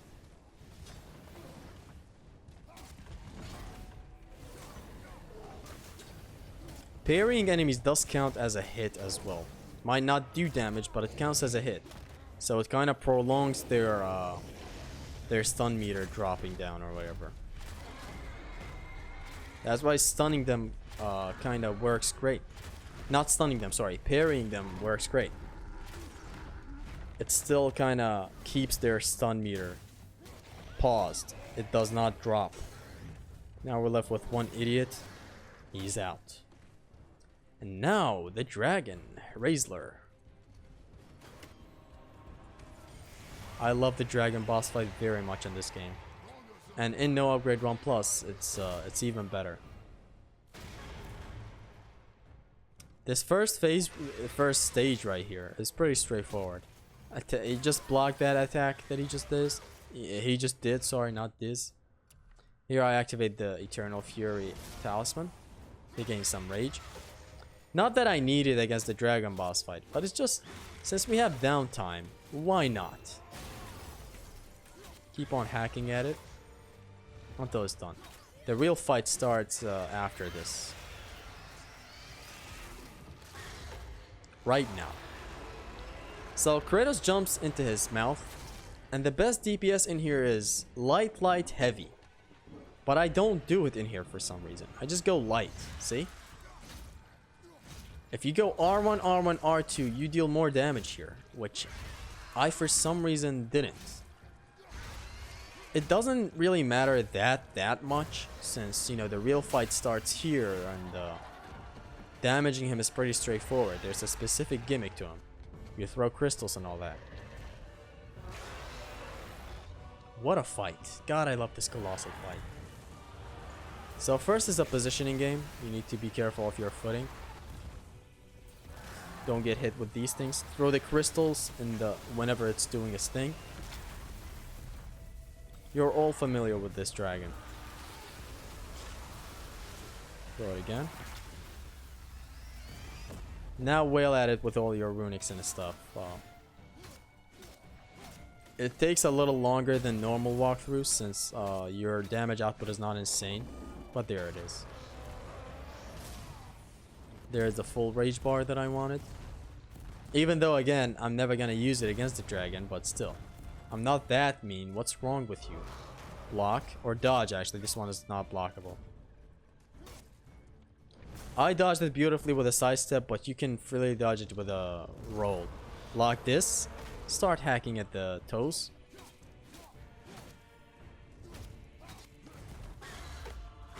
These are blockable. Although you're better off backing off, so just to have some better overview of the boss. Now it's time to pick up crystals. Quick turn to make it look cool. Boom. Not really. You need to block, you know, when he starts his thing right here.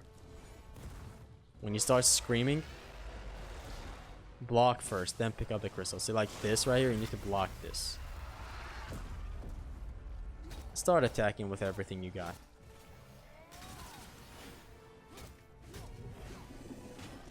It's one complete bar that you have to reduce in order to get him down in here. On to this phase.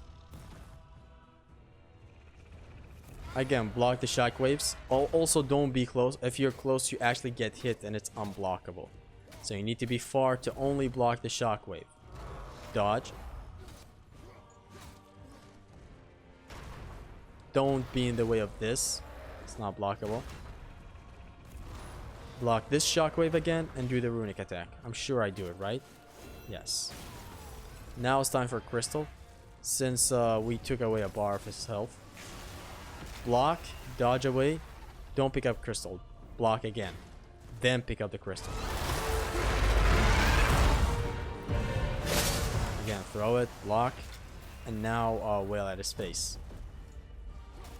Or her face. I don't know what this one is. And there's another bar of health down. The fight is formulaic, but my god, I just love doing it. It's very, very, very good. Very unexpected for them to get a colossal boss right with this formula. But nonetheless, an awesome God of War boss fight. Be ready to lower the crane on my mark. This thing worked. I do not care. Be ready.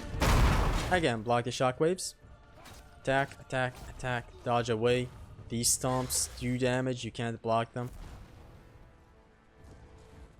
You can block the shockwave that they send, but not the actual claws when they slam the ground like this. Block that. See, a lot of stuff in here are blockable. What I advise a lot is actually experimenting with what's blockable and what's not blockable. I swear, sometimes something might seem unblockable, yet it is fully blockable. So I advise experimenting and learning what is and what isn't blockable. Especially against trolls. Here's the last straw against Hraesler. This beautiful dragon.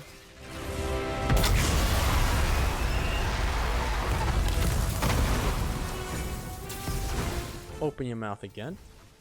Open your mouth. Attaboy. And now for the last straw. You really beat him up, and it's done in the most hype way ever. It's beautiful. We're gonna get the electric arrows right now, and these things, my god, these things are very good. Like, they stun enemies in a different type of way. It's not the stun meter. It does build up stun meter, but when I say stuns enemies, it's a different type of stuns enemies.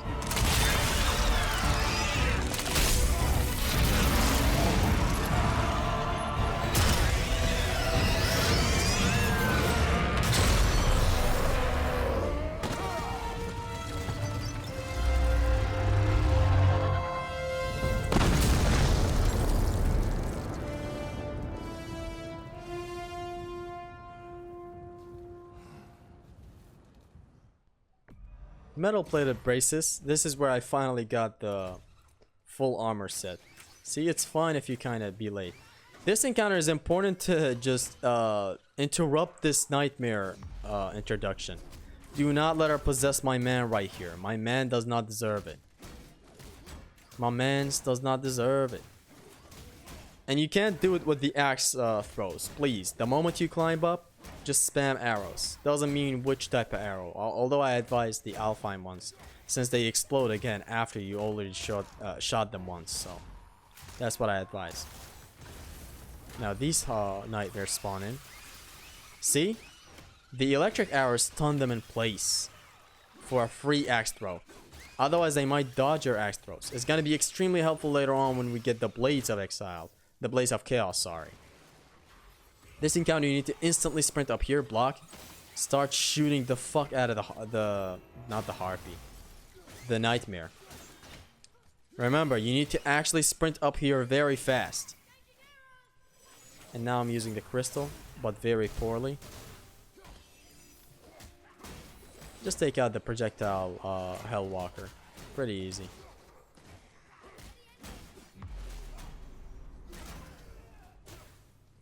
This encounter just started way too fast for me to explain anything. I hope it's clear. You just need to sprint instantly. Like after climbing to this place, you need to sprint and climb up to the Hellwalker. Start blocking and just spam arrows on the nightmare. This guy is done. The next encounter is where we get introduced to a very nice enemy, which is the one on the right. The Hellwalker Brute is very good.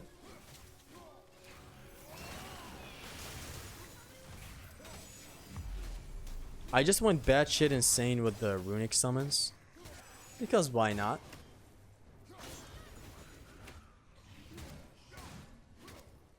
Boom. This guy is just a fight right now. It's just a chipping session. When this guy gets problematic is when he's teamed up with another one just like him. Which we're gonna see multiple times in the future of this one. When Atreus climbs up, do not spam arrows. It's basically your opening to keep on attacking this guy. He's stunned in place for you to attack. Boom, boom. He's dead. Next encounter is iffy. This guy does get possessed no matter what. Gonna find a way to stop it. So you're gonna have to tolerate the chipping that you have to do in here. Boom. The other one is gonna approach. If you find an opening and if you know you're free, you can ring out one of these guys. You'll see me do it in a second. I think I'm gonna do it right now. Since they're all aligned, Njord's Tempest does the job right. See, that guy got ringed out. Njord's Tempest is very, very important. Not only for it doing the most damage out of all runic attacks, but also for the knockback.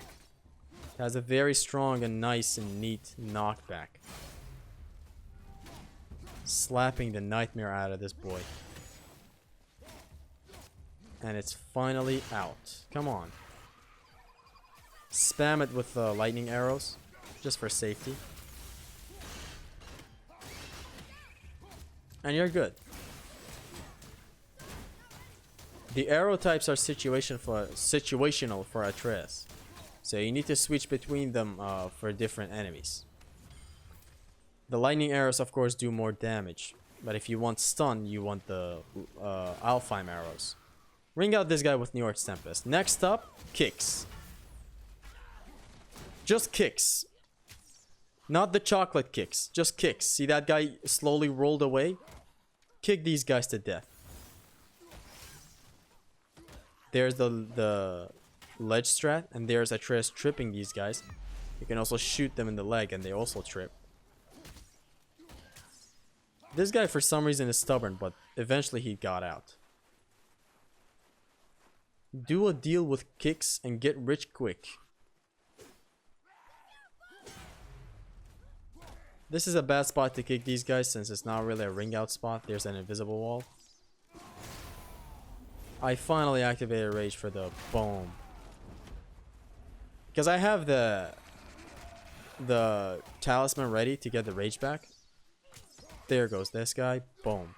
See, the moment they kind of trip near a ledge, any attack sends them flying backwards to the ring out. So it's very sweet. Here's this encounter that is very trippy. Took some time to get used to it and on stream, but here's a full refinement. Don't attack any one of these guys. You don't want them to level up, especially the Revenant. Just jump over here. You just want to wait for these shieldy boys to approach this spot. Atreus can sometimes trip them to the ring out, but he doesn't do so here. He comes in, I ring him out. That other fool is also gonna approach, and I'm gonna try the same strat. He tries to jump the gap, and I activate the runic, and it's pretty trippy from there. Get out. The River of Knives is a focused beam that keeps on walking. Like it walks the enemies outside, so it's good. Sometimes if multiple enemies are ahead, it can launch all of them out.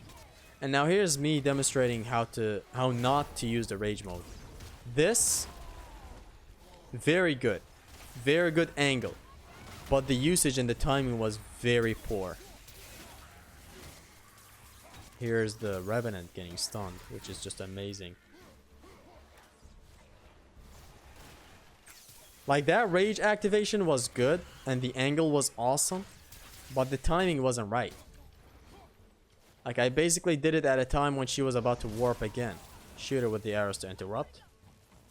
Remember, you have to actually shoot her with square. You don't... Like, sometimes you might see Atreus shoot something. That doesn't count. Your inputs is what counts. This encounter is very nice. Perfect dodge this guy. Hit him from the back. Fist him from the back. Block this guy. Keep the pressure on. This guy's down. Now there's a specific wall in here that you need to pay attention to. Although I'm trying to get this guy to the stunned state. And I'm kind of being successful here. Perfect dodge. Boom, boom, boom. This guy's down. Now I'm sure I will retreat to the wall that I was talking about a second ago.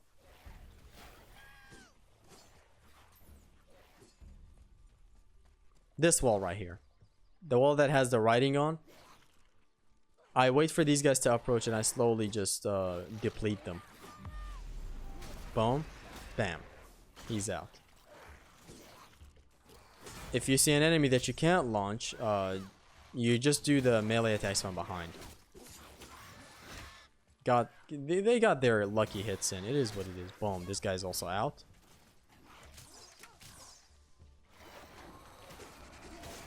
Interrupt this boy. Parry. Okay, I didn't parry, but it's still the same approach. Now that we're left with these guys that can get launched, stun systems. Notice how I'm gonna hit this guy and look away while hitting him. Like that, you know. It's very important to get that. Perfect dodge. Get behind him. Boom, boom, boom, boom. See, the Alfheim arrows are very good to keep, you know, enemies kind of behaved in one spot. They're better than the lightning arrows in that regard. The lightning arrows are good for a different type of stun. You know, the stun that actually stuns the enemies in place. Or for damage. Here's this encounter that you can totally skip by getting in the boat. But this time around, I of course wanted to do it. Here's the first case where we actually use the ogre stun mechanic twice. That attack doesn't do damage. Perfect dodge, get behind him. Attack. You need to get this stun state as fast as you want. That's why I even activated Rage.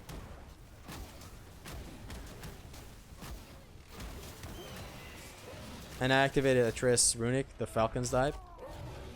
This is going to be the first grab, and then there's going to be another grab after this.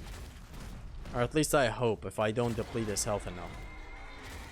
As I said, I don't like skipping encounters, like main story encounters. But in this case, if you want to skip it, it is what it is. The boat is right next to you, which is very weird. I never expected to be able to interact with the boat while in combat, since the game does not allow that, really. I don't think this guy's gonna get stunned, though. Yeah. When I remember when I said this is gonna be a very interesting case where this guy gets stunned twice. Ignore all that, because this guy's health got already way too low for me to grab him again. Like, he got near a bar of health, so it doesn't matter how many times you hit him right now. He's not gonna get to the stun state that he's scripted to get to. He's out. Did you see how I was attacking? I was attacking while looking at the elves. So the option is very important to activate.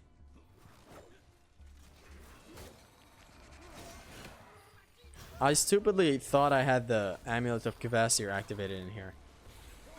But I do not. This guy's gonna get ringed out. Hella out. It's not easy to set up though.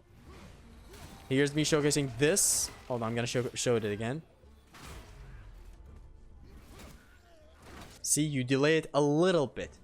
Then you shoot it with accuracy. This one is literally an accuracy over speed case. These guys, since I know I can't really build up their stun meter, I just attack them with the lightning arrows. Like, I'm sure I can build up their stun meter, but by the time it gets built up, they have so much stun meter that it doesn't matter. Like, by the time it builds up, their health is drained completely. So why even bother? See, like, they're dead this way. It's better. Wolvers are my favorite enemy in the Norse God of War games. It's definitely just overall top 10 enemies in all of God of War for me. Like, just look at these guys. They're very dangerous. They have a lot of attacks. They have a lot of unblockables. They have a transformation state even without Give Me God of War, which is this one. But I interrupt him because I'm that good. Wolvers, man. What an enemy.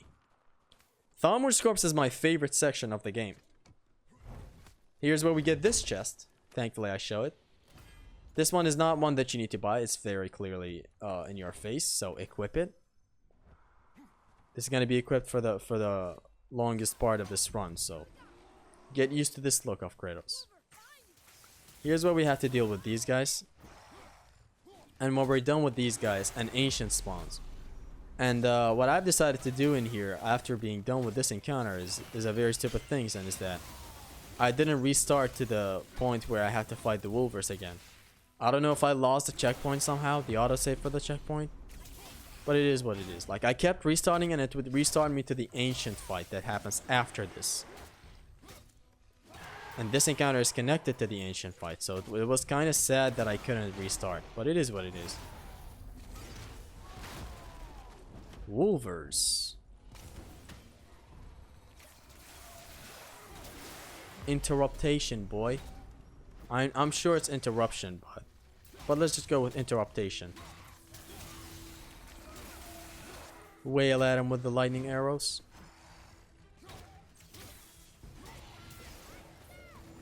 See, like, I activated the ancient accidentally by this guy retreating to the ancient spot. Which was pretty shitty, but it is what it is. Here, see? I think I even have a text overlay. Like, if you clear the Wolvers alone, you can fight this ancient in a clean way, which is this way right here.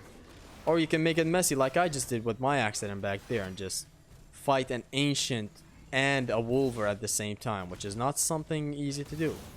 Also not a thing that you should do. Attack, then go for the grab. Boom, boom, boom, boom, boom, boom, boom. And it's done. Do the same thing. Although there are nightmares that you need to shoot with lightning arrows. Again, on nightmares, the lightning arrows are awesome. It just stuns them in place. They can't dodge your axe throws. And again, it will be hella important later on with the blades. I decided to instantly issue the grab on this guy because I didn't want the smoke from the nightmares. Thamur's corpse is an awesome segment. You can block this, but I didn't block it because I'm an idiot.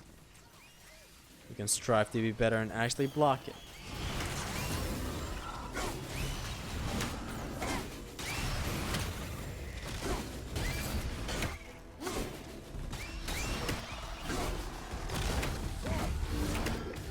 See? Boom. Easy block. These aren't blockable though. I'm sure they break your guard. So just dodge them. Pretty straightforward. Now pick up one of the rocks. Throw it at the nightmare that even hits him because it's an area of effect damage. And this guy's done. Actually, I'm not sure he's done. I think he gets low enough for me to one-shot him. Like, I don't know why he didn't die there. But he is dead now. See? Nightmares are down. Next up, we're gonna fight another set of nightmares, and then one of the best encounters in the game again. Game has some of the best encounters ever. It's very, very awesome. I'm speeding this part up because there's another armor piece that we need to pick up in this chest. See, there is no need to loot for anything specific or hidden. The game just gives you your progression tools very awesomely. Whether it's by buying them with the dwarves, or by getting them from chests. Now onto this awesome encounter. Just watch what you have to do. You want to shoot the shieldy boy. Perfect dodge this guy, or even just normal dodge him. Wait for Atreus to trip this guy, then do this. And then launch him. Fail it like I did. Pin it to the wall.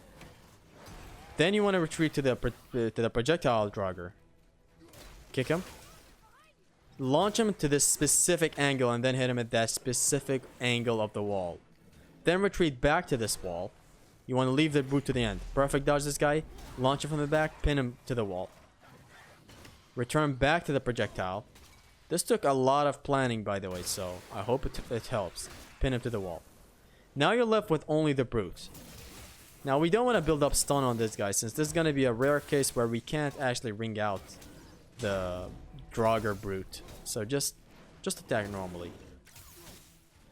You want to keep your runics and your boys runics, hell, and your rage mode intact for the next wave of this encounter. This encounter is very, very awesome. If you get it right, you'll get all the hype that I have for it. So just chip away at this guy's health. The starting setup needs to be done correctly for this to work. Like, you want to get this in the cleanest manner ever.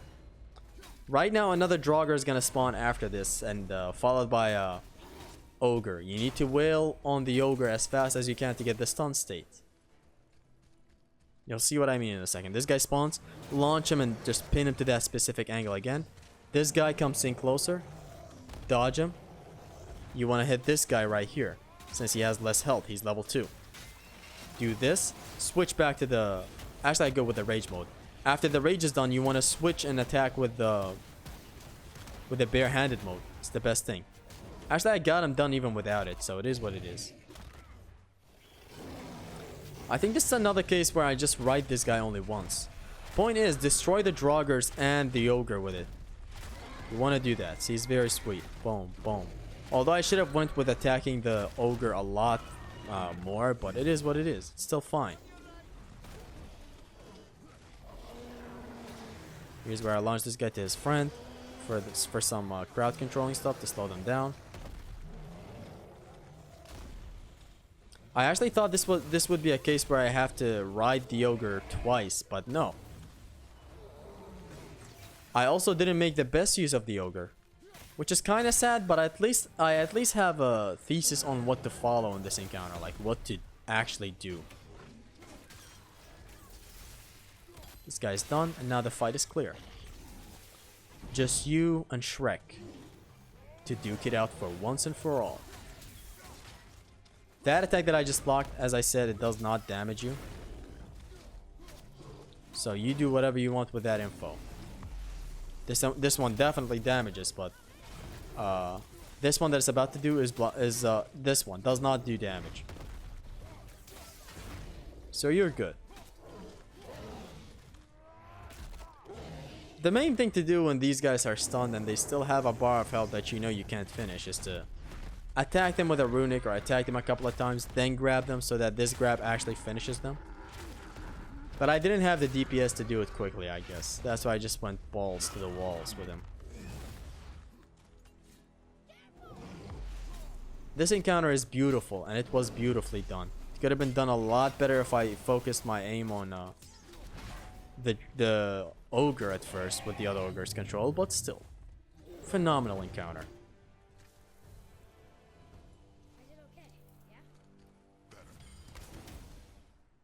Here's where we buy the armor for Atreus. Superior sharpshooter. We open the gate and we fight a traveler. This is a favorite of mine. perfect dodge. This enemy is just so good. Like, he does not budge with your runics. He does not budge with your axe throws. He does not budge with anything until you lure him. You lower his health down enough. Block, block, block, attack.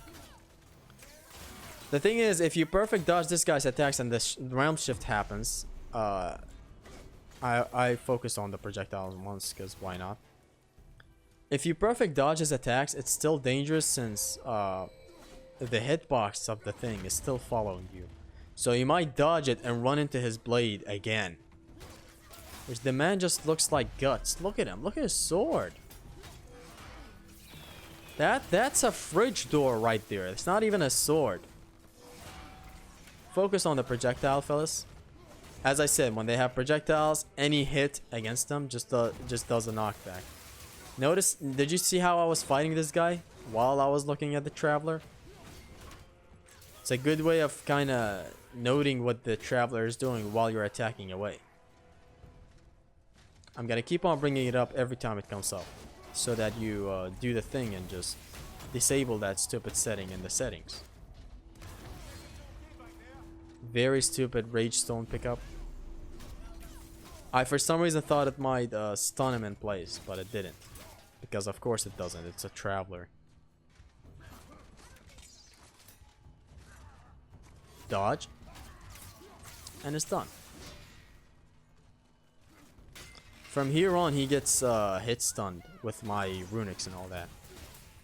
Even axe throws actually connect. What a finish. Activate this to gain some rage back. We're just approaching. Okay, here's this armor that you can pick up. Here's one of the best encounters again in the game. The game has a shit ton of awesome encounters. Just wow. Anyways, these guys, I knocked them back to the outside. Pretty obvious that you need to ring them out in here. And again. Boom. Although this was done a little better on the stream, which is weird since I promised to refine the entire thing for the Redux. But still, this is a very nice attempt that I go through. It's I think it's 3 waves of enemies that is all fun. These shieldy boys, it's good to wait for Atreus to trip them down before wailing at them. See, like that? The whole tripping mechanic that Atreus has is gonna come in handy later on as well. See, he's very good at tripping them. Notice how much he's changed from, you know, like at the start and right now. Huge difference. Boom, he's near a ledge. Kick him out. Launch, pin, or, you know, just the home run technique, I guess. Here's where more Draugrs spawn in. This is the second wave. Do this. You need to do all of this fast, by the way, since the timer. So you need to speed run this thing. Don't focus on the Draugr brute. Focus on the little Draugrs for now. You do not want to focus on the brute. Although it's good, you know, you can freeze them, but I never thought about it for some reason. Ring out everyone inside. This guy's out. This guy keeps on running away, so try to freeze him and then kick him. He's out. What's left right now is the brute. And you know what to do against brutes in a one-on-one. I don't know, I'm not getting behind him for more stun, but the idea should be very clear. Grab him and throw him out. On to the last wave, which is actually the hardest since there is a revenant in there. Oh, we're still not done. Yes, Zesty, that's what you should do. Just dodge behind him and attack. And it's done. The last wave is gonna revolve around using the rage mode, so you actually need the rage mode in here. This is why I say follow this run and actually manage your resources. And by resources I mean rage. You actually need it for this encounter.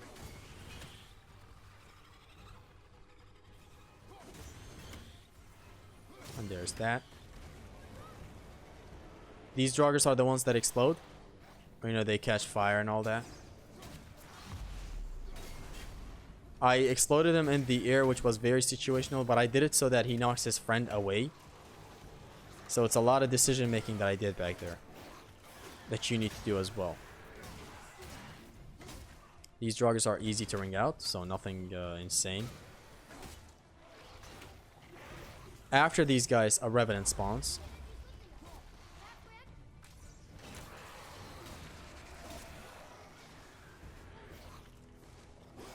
Imagine if we had sprinting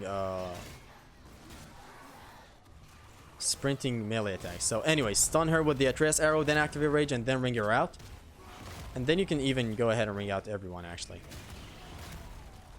Yeah, keeping it active is a good thing, since these nightmares can make things hectic. The moment the Revenant spawns, you shoot her with one of the arrows of Boy, and then activate rage. These guys, you can't hit them. They're scripted to have an invisible shield in front of them. So what you should do is just shoot the crystals next to them. Very straightforward. And that's one of the best encounters in the entire game.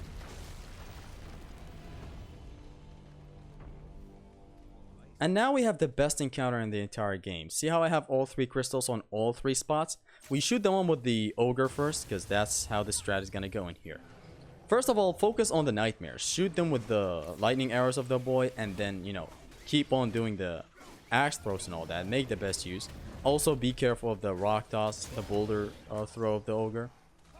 There's going to be a very nice case where we use both stun states of the ogre to absolutely clean the entire room. You'll see, it's going to be very great. This runic for a lot of stun buildup, and then you need to switch to Alfheim arrows for more stun buildup. It's better for building up the stun meter than the lightning arrows. Whenever you stun this guy, get to the stun, do not grab him. You'll see why in just a second. So after he stuns, switch to the lightning arrows, shoot the Wolvers ice thing, then grab the ogre. Now we have 3 Wolvers in the arena, but we have control of the ogre. So now this whole encounter is trivialized with the Wolvers. You don't need to fight them head on. This is the best way to go about this. But the great thing is, this encounter is not done, and the other great thing is that the ogre is also not done. Right now he has another stun state that he can get to when his health drops to 1 bar. So what we do is, we actually fight him out. We're not building up the stun meter by any means. Just attack him.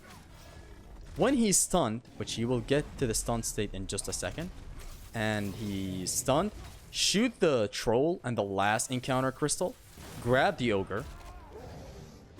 Now the troll is in front of you, and absolutely go to town with him. Make sure to input like the most amount of damage on him. He's gonna be completely destroyed by the end of this. The ogre will not die, which is gonna be dangerous, so you still have to manage stuff after. But for now, quickly reposition. Try using your runics. Try using your rage. If things really go south, use another slam, and the troll is down. Try to rush for the troll and grab him as fast as you can. And that's how this encounter is done in the most beautiful way ever. Now the thing is, when you get down, this encounter is still not easy. You still have the troll and the 2 wolvers to go around, and I use the charge of the white bear for iframes in here. Just to be careful, just in case something goes wrong. See, like for this, I used the charge of the white bear for the iframes, and the ogre got taken out. Now we only have 2 wolves, which is still dangerous, and I was trying to not get hit as much as I could. And just like that, boom. Just like that, you have the best encounter in the entire game. We move on to the next encounter, which is Magni and Modi. Now this is a restarted checkpoint, so this is how it always starts. This guy, how I choose to punish him is by perfect dodging his stuff rather than parrying them. And shooting him from behind with Atreus opens him up. Like otherwise, if you attack him with his shield up, he just blocks everything. The thing with these 2 guys is that you have to juggle both at once. So like you're gonna have to look at their stun meters in tandem. Like you have to stun both of them at once, or in the matter of a certain time that's gonna be given. So what I decided to do is I just balance them out, which is what you should do as well. Perfect dodges in here help big time, of course, just like how they do in everywhere else. And just know that in here, the most important thing to look at is the is the stun meter rather than the health meter that they have. The stun meter is better to look at since it's stable. It stays there. The health is also stable, but it's not exactly specific on when you can get them low down till they do their whole Oder, Bloder, Blinder type of attack. So just looking at the stun meter is the easiest way. So here I'm attacking Magni because I've noticed that Modi doesn't have a lot of stun, a lot of, you know, posture left, I guess. Like, I'm still attacking him from time to time, but it's like I know when to stop. And Atreus is extremely important in here, as I said. Like, Modi, we sadly don't have the guard break and no upgrades. So the only way is to hit him with Atreus from behind to really open him up for attacks. Just please make sure you use the quick turn in this game. Like, it is actually insane how useful it is. It slows down time, gives you enough perfect time for you to react to enemy attacks from behind. I should have attacked a little faster. And here he comes. Perfect dodge. I could have gotten some attacks since his stun meter is still kind of low. It's not as high as I wanted it to be, but hey. The last phase of this fight is very, very hard. These guys, like, Modi does blockable attacks that are constant, while Magni does unblockable attacks. So here, try your best and fastest to get rid of this man. But also don't go ham with the runic since he has a lot of unblockables that one-shot you, so be careful. Here's the first phase done. Now, on to the second phase. It starts, we block. This phase is still like the same phase of the, you know, it's like the same first phase, except this guy unlocks this attack. Nothing, you know, changed in a big way in here. It's still the same type of approach that you want to have for it. It's only the last phase where you kind of be more careful with your options and your stuff.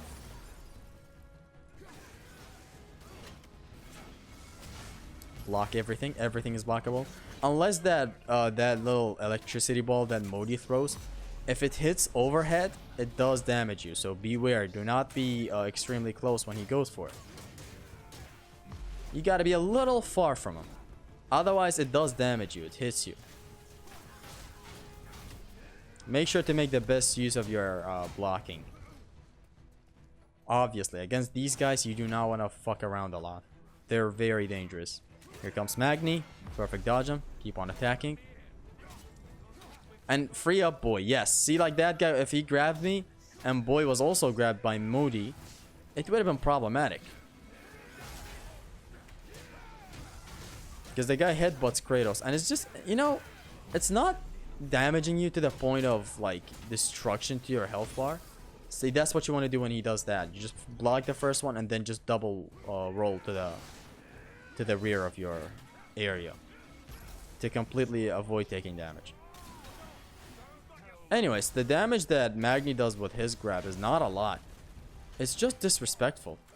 Like, if you get hit with this headbutt, it's just no. Boom. I still have to study what builds up rage a lot. See, like how I'm attacking Magni right now?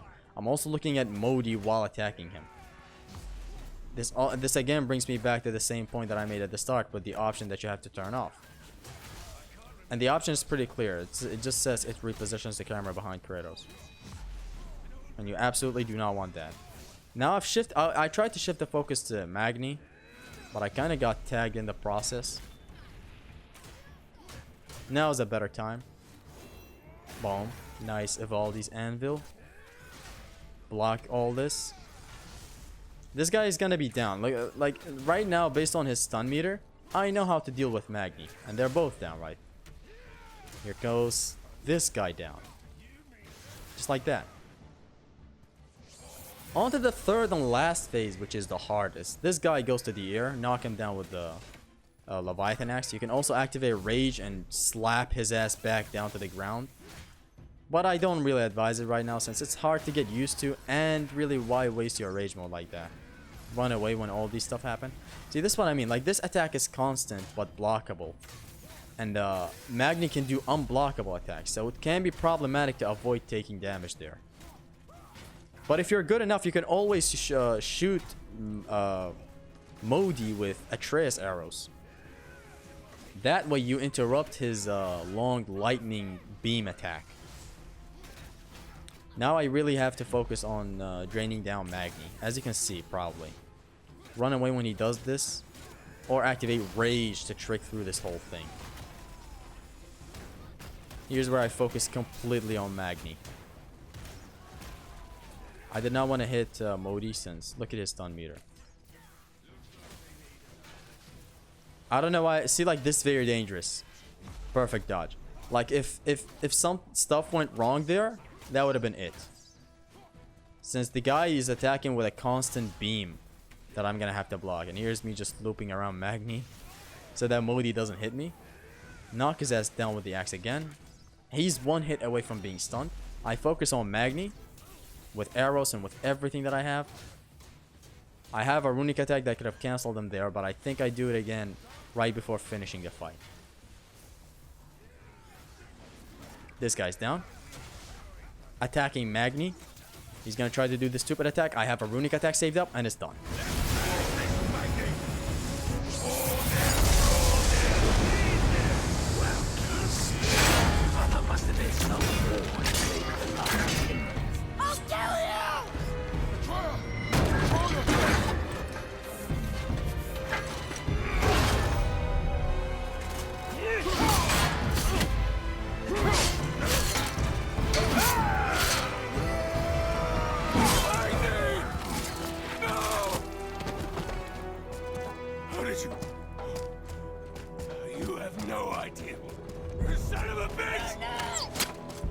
Huge transition coming up and a huge time skip right now, which is going to be near Kratos' house. These Hellwalkers approach us. This is the moment where we get the magnificent best weapons of all time, the Blades of Chaos. And from here on, the game kind of opens up with the options we can have against the enemies. First off, let's talk about the Blades of Chaos while we fight these guys. I'm trying to subdue them to kind of see, like, I'm trying to make them behave so that the fight goes cleanly. I'm not trying to hit anyone so that they level up. And whenever I find an opening, I'm gonna just strike like this. Anyways, let's talk about the Blades of Chaos. They build a lot of stun. It's basically the same as melee attacks, if not even more if you are attacking an enemy from behind. It's literally like more than melee attacks from behind if you hit them with the blades. It's actually insane. But only from behind is how I feel like it is. This is pretty straightforward. I'm just going for stuns, hitting them from behind after perfect dodging with the realm shift activated, just like this, and then attacking. Anyways, what else about the blades? Crowd control. There's gonna be a whole lot of segments where I just you'll see it whenever we get to them. It's gonna be a lot of me aligning enemies to be in crowds so that I can just plume all of them in one spot and to keep them subdued. Or, you know, the wide, huge knockback that it has for ring outs. The blades really changed the game. This guy got deaded. I don't know what happens when I knock enemies to this wall, but they sometimes die. Still have to kind of study it a lot more. There's this guy down. We're kind of over leveled for these guys. These guys are just level 2. This guy's level 3, but still, like, look at his stun build up. This is what I meant by this game having awesome balancing around everything. Like, even though it's RPG, it has its quick and fast ways to go around to kill enemies. But the blades are really something, man. They really change the game up. You're gonna see when we get them in just a second. See, here's another kill with the wall. Now, on to the encounter. The first encounter with the blades. We don't fight them head on in the open. What we do is, we retreat back to the boat that we came from. It's a very nice and sweet strat. You can either cook enemies with the plumes, or if positioning is right and if, you know, everything is correct, you can just bring them out to the water, right to the boat. You'll see what I mean in just a second. So, how this encounter is structured is, it has 3 waves of enemies. It's basically Hellwalkers that you fight, just like these guys, and the other variant with the, you know, those that attack with one hand of the sword. It's 3 waves. I wait for them to come down here. Here they come.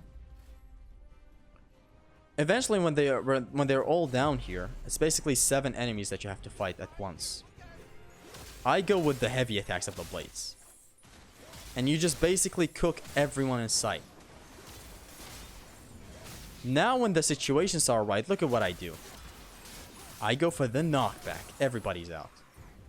It's gonna be very situational when to do it and when not to do it. But when the opportunity is correct, please do it, since it's a sweet ring out that just ends a whole crowd. This is what I meant with the blades changing the game up. Let alone the awesome damage that they deal, which yes, they deal more damage than the axe. It's pretty clear. But besides that, it's like the blades are just very, very good, even at level 1. They are lacking some stuff, which it's the same with the axe as well, which I'd like to talk about right now, honestly. I wish we had the Executioner's Cleave and the Pride of the Frost for the axe at level 1.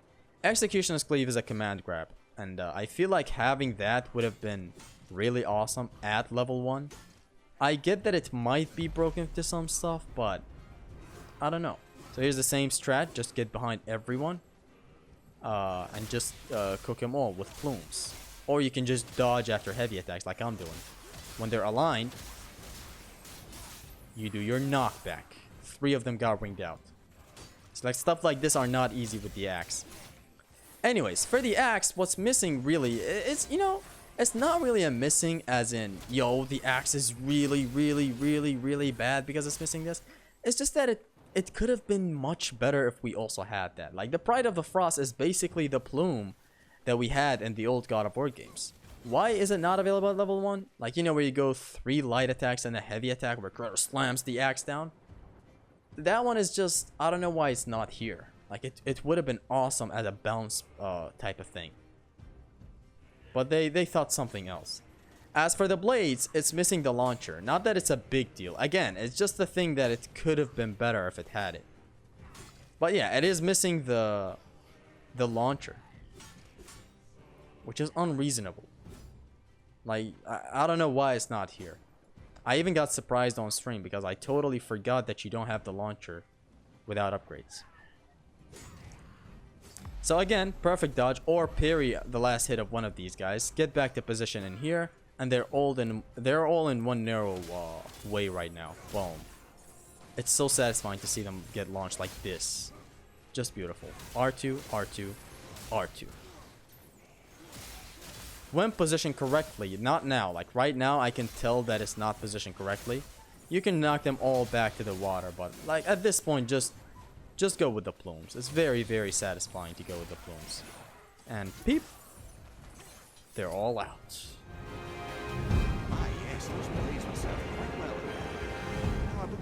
What an encounter to introduce the blades, honestly. And now we're gonna move on to Helheim. That is gonna be a bunch of really, really challenging encounters and a really nice boss fight at the end with a troll. Here we are. Here are these enemies. What you want to do is retreat to the entrance. There's like 4 or 5 enemies in here. You want to wait for all of them to be crawled up in here. That's basically the strategy with the blades. It's very, very strategic.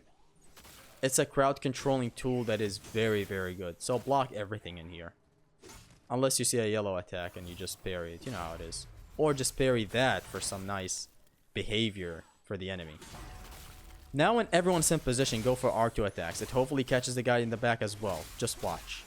Boom. Now position yourself behind the guy with the projectiles. And do the same thing.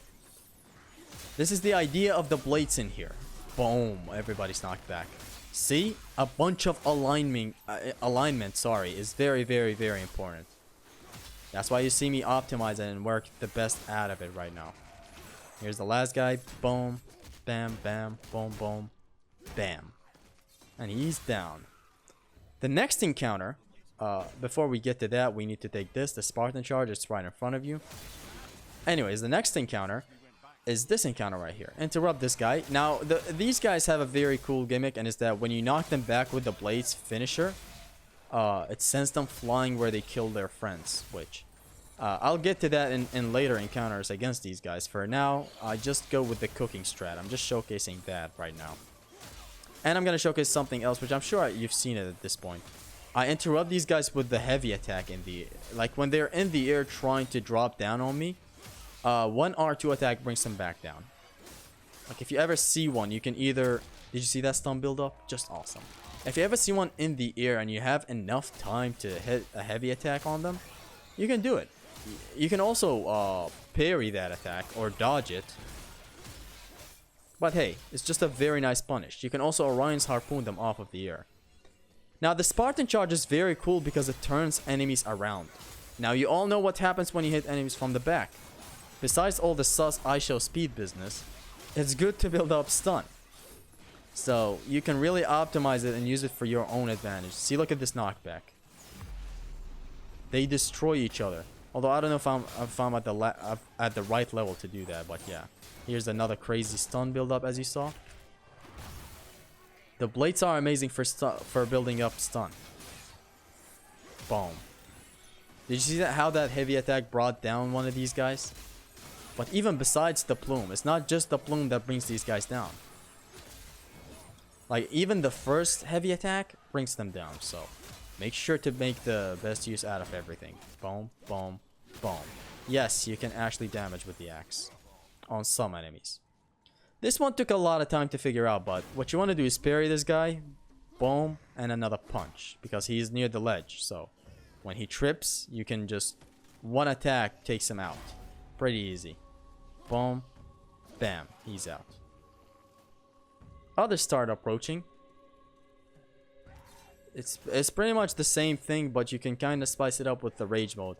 Although you want to save up your rage mode in here.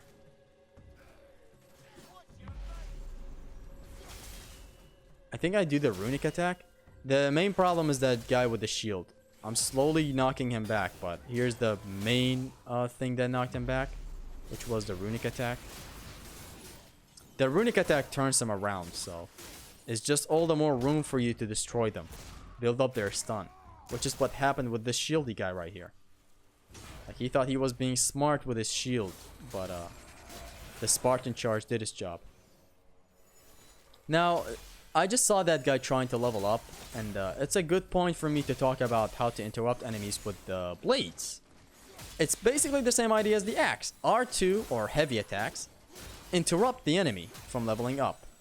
An alternative to that is aiming and throwing the axe at the enemy. Now you might say, what if the enemy is far? Well, there is one enemy that is far that you can still interrupt with the aiming attack of the blades, and it's these guys that just dropped. So this encounter is very hard, and it took some long time to figure out what to do, but with enough time I did figure it out. So first of all, just go ham on him. Use every runic attack in the book, every damaging thing. Double dodge that slam that he does. Okay, Zesty's playing Zesty now. Double dodge this one. Don't sidestep it. Don't think you're being funny by sidestepping. What I try to do now is I try to lure these guys in. So I got close just so that they aggro towards me. See how I interrupted them from leveling up? By not even hitting him with the blades. Now when the things are right, after a perfect dodge, I go behind this guy. Boom, and then R2. Until I ring out everybody in sight. Again, a way to interrupt this guy in front of me that just leveled up was to aim with the blades and throw my blades at him. Even if they don't reach, he does a little animation where he tries to kind of parry the blades even though they're not in range. So that's mainly what you want to go with if you want to interrupt one of these guys trying to level up. Now you want to aim for these two. Note that it's important to actually aim for these two. And no matter what it takes, just aim for these two guys. Dodge them, and now go for the knockback bring out. Although watch out for his attacks, so this guy's also out, and now it's the fight is just a chipping session right now. Make sure to use all the stuff, all the combinations of the attacks that you can do to extend your attacks with the blades. Like, you know, notice how I input R2 in the middle of some of my combos with the blades. And of course the iframes with the Spartan charge, just like the charge of the white bear.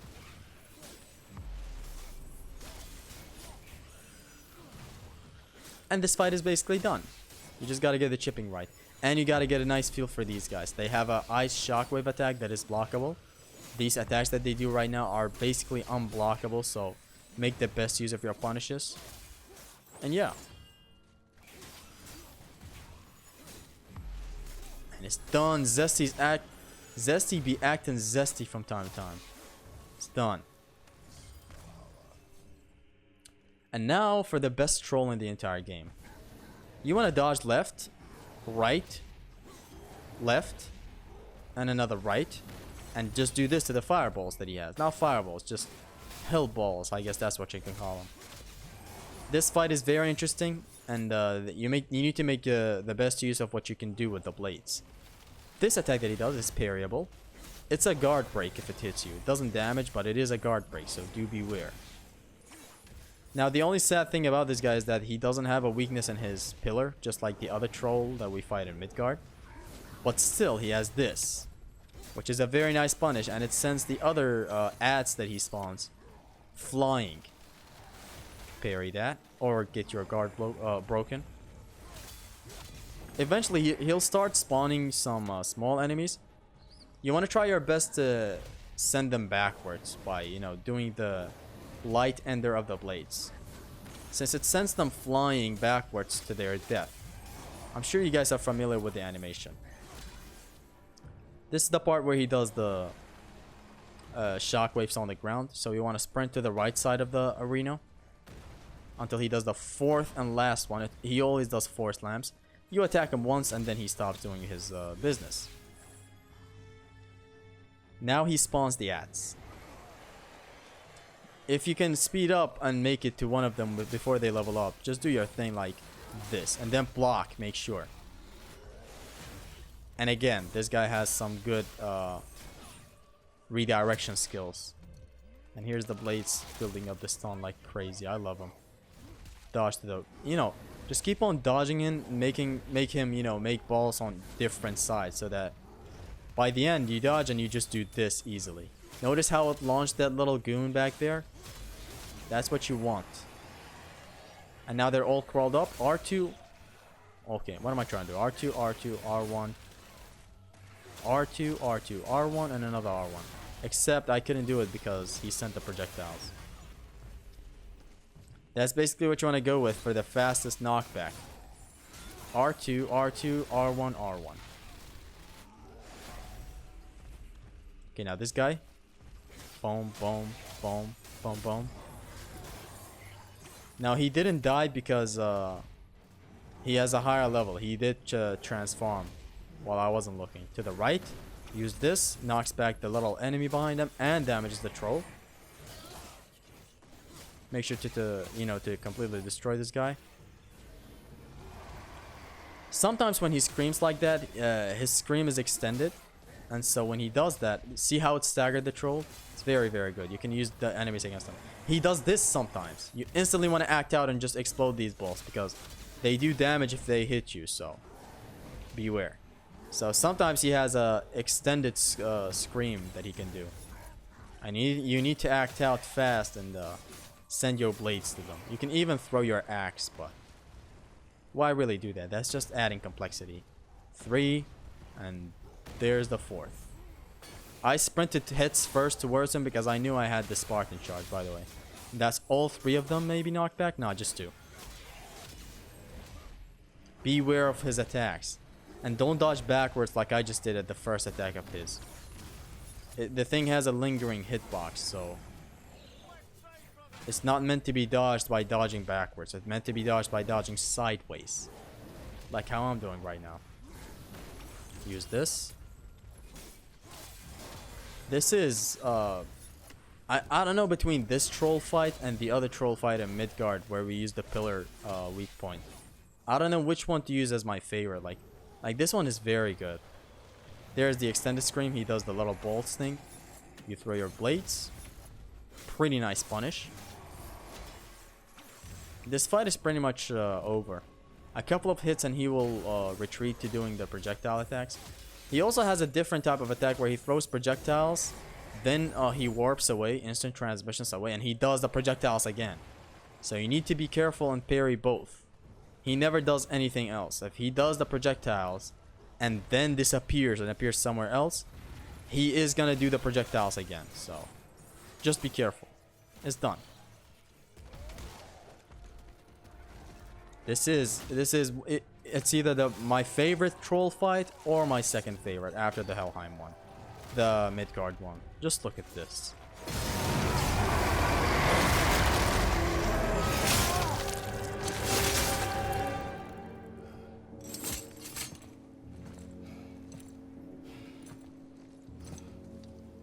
Now the heart, brother. You'll have to get your hands dirty.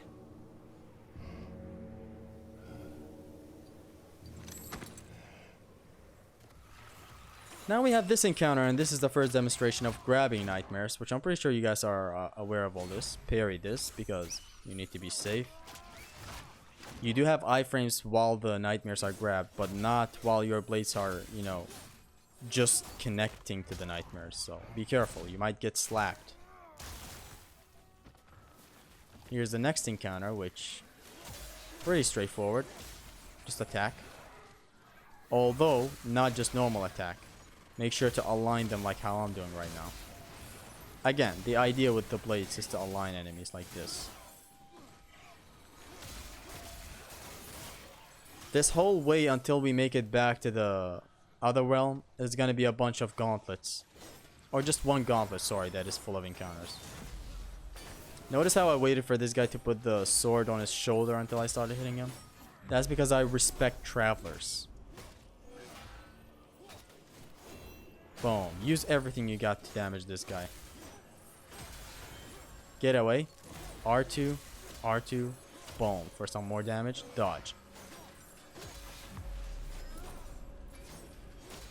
Travelers are some of the best enemies in the game. It's just very fun to fight them. Like whenever they show up, it's very fun to fight. It's a challenging fight.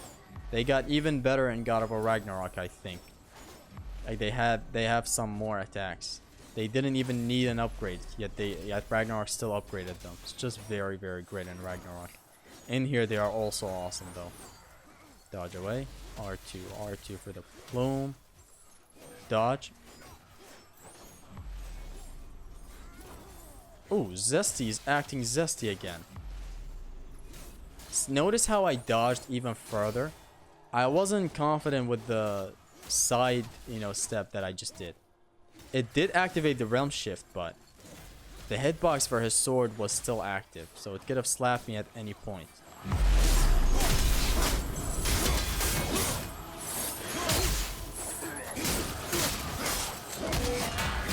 Okay, Zesty, please end it.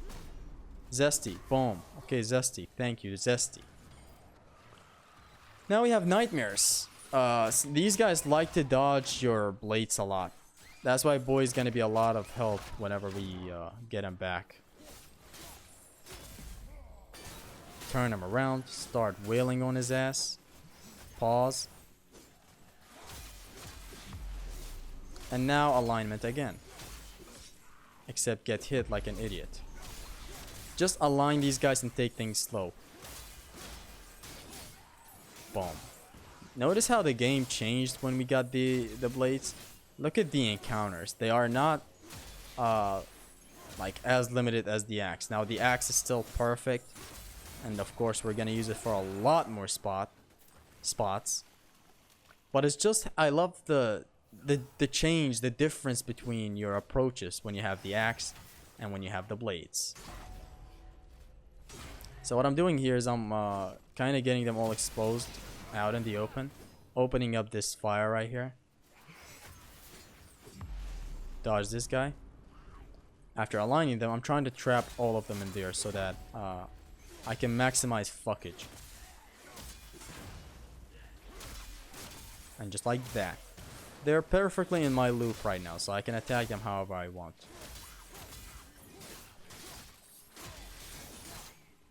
And there's the knockback. The dodge offset in this game is very awesome. There you go. The next couple of guys, you just want to target this guy for the knockback. All three of them dead. Then another guy approaches. But he was just too close to the wall to get the full knockback effect where he just gets the tail spin. He's sent flying and gets exploded in the air. It could have been the wall or because he's at level 4. So here, you want to close the gap with some of these guys, parry their attacks, then grab onto the nightmares. You'll see what I mean in just a second. Look. Just do this, then try to grab one of the nightmares. Otherwise, the nightmares might try to dodge, and these guys might try to hit you while you're trying to snatch nightmares. It is annoying. Turn this guy around with this beautiful runic attack. Build up his stun. Kill him. Put his ass down. Step on his head. Boom. Now also, after this encounter is done, you're gonna have to take the... Actually, you don't have to take it. If you want to have fun with it, I think I also show it in, in this commentary. And it's the Cyclone of Chaos. You don't really need it. You might think it's satisfying to use against some enemies here and there, but it's not really vital. Like here, I do show it, but it's not really useful. Like, I don't think I ever use it throughout this entire run, so just have it if you want it. Here's one of the best encounters. You want to sprint towards this door. When they're all crawled up, sprint towards the other gate that you just, restarted the checkpoint from. Now, R2, R2, R2. Just set them all up. You want to have all of them crowded up in one spot. This is one of the best encounters. Realign them. Boom, as you can see. Dodge again. Add this guy to the bulk as well. Finally, reposition yourself. You want to have them all crawled up in one beautiful crowd. See? R2, R2, R1, dodge, R1. This guy's out. You want to make the best use of all of the ring outs that you can do. You also want to be really, really fast. Ring this guy out as well. Now that you cleared the first spawn pool, freeze this guy, don't allow him to level up. Watch out for the nightmares while doing this kick, because they can really slap you out of stuff. Now you just sprint around the hole in the middle and slowly start draining these enemies, whether by Atreus arrows or by your axe throws. Nightmares are very, very dangerous, and they grab Atreus from time to time. So you want to either perfect parry or perfect dodge these little joggers. Keep on perfect dodging. I think I do get hit by the end of this encounter, but it's just one of my favorite encounters ever. It is hard to nail it and get it right, and I hope I can refine it further in the near future. But so far, right now, the strat is amazing. Here's this guy that is also out. See, like, it doesn't matter that you got the blades. The axe is still gonna be hella helpful. That is something that the axe has that will never let go. Now, the Njord Tempest for the save. Just beautiful, magnanimous. And now, let's keep on talking in poker fashion. Stupendous kill on the nightmares. Magnificent kill on this. Not really. Okay, let's stop. That one back there got frozen, and so whenever you freeze a Draugr, you never want to really let him go. See, I even got hit. You get overwhelmed pretty easily. Kick him to the outside. In this encounter, you get overwhelmed pretty easily since there is just a lot of enemies. This guy's out. Thanks for Atreus. He tripped him. That's why that axe throw completely sent him flying. Perfect dodge is full. Focus on the nightmares now. It's almost over.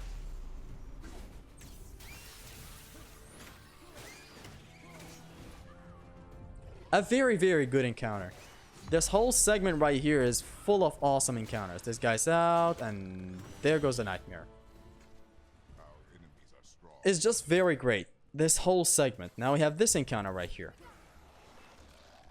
The whole game is just awesome for encounters and all that. Like, the game is just... It's legit just so great. Anyways, I try to do the wall pin on this guy. He is dead now. We can also build up stun on these guys. Our level is proper, but let's just go with the wall pins. Why not? See, I shoot this nightmare with the Atreus arrows, the lightning arrows. Then I go for the complete grab. Turn this guy around with the Spartan charge. Build his stun. Get behind him again. And he's down. On to the next couple of guys. Dodge this fool. Build up his stun while hitting him with Alfheim arrows. Again, Alfheim arrows build up a shit ton of stun. It's better than the lightning arrows for stun. If you're looking for pure stun, it's the best thing. Now, we get to this puzzle. You go left, right, middle. Left, right, middle. Right, middle, right. Thank me later for including a puzzle in a commentary. Now we have this boss fight against double trolls that are color-coded. The fire one gets damaged with the axe. This is blockable. As I said, experiment with what is blockable and what is not blockable. After hitting this guy a couple of seconds, move on to the blue one that gets damaged with the Blades of Chaos. Block this. If they do the sprint attack, which you react to it by the quick turn if it's coming from behind. If they ever do the sprint attack, you sidestep and then start sprinting. Basically the best thing in life. It's better than double rolling to a side or something. Look, sidestep and then start sprinting. And then start damaging this guy as well. This is a very interesting boss fight. A double boss. Boom. See? Sidestep and then start sprinting. Like, I did a lot of dodges back there. And you might have noticed how kind of unconfident I was while dodging away. I dodged 50,000 times. Now, these pillars are dangerous. If you get close to them... See, like, you notice me breaking them? These pillars are dangerous. You want to break them as fast as you can.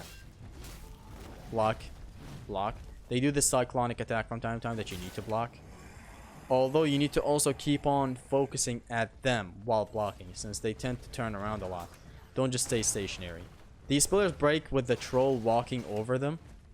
So you can kind of sometimes bait him to walk over it. Or you can break him by throwing the axe towards him like this. Dodge this fool. I basically did the dodging thing instead of sprinting because I couldn't really get to the sprint animation by that point. See how this guy breaks them all? Attack. Dodge this. This is not blockable. Now attack the frost one. See how I'm turning while blocking? These guys tend to really move forward while they're doing their cyclonic attack. So you can't be just stationary and blocking. Trust me, I learned the hard way on stream. Again, use the axe to break these, or you can even use the blades. Dodge this guy. After this, we get the Tartarus Rage, which is pretty huge. See how I baited the troll to kind of break the pillars? Block. Look, see? I'm turning around while blocking. And you just saw what happens if you attack fire with fire. You get the fire effect on you. If you attack the ice one with ice, you get the ice effect. So, best be careful. All the trolls fights in this game are just some of the best fights ever. They're very, very fun.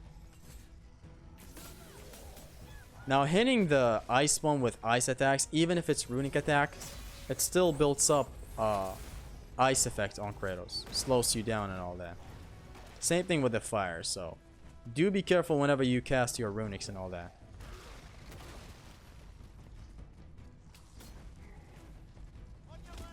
Block, block. Boom. See how the frost got built up on Kratos after that runic attack? That's because I hit the ice one. I should move on to the... Okay, see? Very dangerous attack. Like, I've died with it countless times thinking I can just stay stationary and block.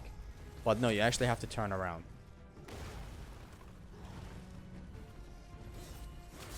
I think I'm gonna activate Rage right before it ends. I have to block these first, of course. There, now I activate Rage. Because why not? I mean, after this, what we have is a... I actually forgot what comes after this exactly. So now, 1, 2, 1. He's dead. Now this guy as well. Dodge this. And he gives us the Tartarus Rage, which is our heavy runic. Here's where I activate the Talisman of the Fury. See, like, now that it's downtime, I activated it. Here's this encounter. So, you first attack the nightmares. Kill this nightmare. Don't go any further. Stay right exactly where I am. Don't touch the grass. Don't touch grass. After taking out these two nightmares, you focus on the left. You sprint after he throws this boulder. Attack him, attack him. Dodge. Attack. You keep on attacking. You want to build up his stun completely. We're gonna ride this guy twice. You'll see why this, and this will make sense in just a second. Boom. And he's down. Climb on top of his head. Now a wolver comes in. If not, you need to turn around and just approach the wolver yourself. There he is. You need to just keep on running towards where he came from to reach him and fuck him up with the ogre. This encounter took long to really find out the strat for, but whenever I found it out and it clicked with me, I was like, oh, this is what I need to do. So now you're just left with the ogre. Do whatever you want with him. Just destroy his ass. Some Tartarus Rage action, Zesty, please. Zesty. Can you stop acting zesty for a second? I guess I'm saving it for when it gets stunned. Ooh, nice iframes. There's the Tartarus Rage. And there's the grab. The encounter is beautiful. You just approach it slowly. You don't go way too close to the nightmares. Because if you do, the wolver starts approaching you. And the nightmare possesses him. And the whole entire fight turns out pretty bad. So you don't want this. You want to just optimize it like this. Next up, you get the Pauldron of the True Warrior. This is the last armor that you buy. Get the entire set if you have. If you don't, sell all your items and then buy it. There's also an armor for Atreus that we can't get at the moment, but we wait for stuff. Use runics. The shieldy guy does not have any business blocking our blades like that. Just wail on him. Don't even build up stun. If you want to be more precise and make this encounter go more beautifully, I guess, but anyways. Perfect dodge. This guy, see that thing back there, that hidden chest? It gives us the Blast of Hephaestus, and it is essential to go by the Helheim ship section. Or not essential. See, like here I collected. Not just essential, it's just very important for that section. Blast of Hephaestus. Make sure to get it. Now this encounter, I go back to the exit, and I do this. Just knockbacks on them. You'll see what I mean in a second. R2, R2, R1, R1. They're sent flying and they're dead. R2. See how it brings them down when they're in the air? And again. This is basically the strat. They keep on approaching. You just go R2, R2 to behave them. R2, R2, R2, R2. And again, when they're all crawled up, look at this beautiful scenery. Ha! All of them are sent flying. They all damage each other in the air as well. So it's just great.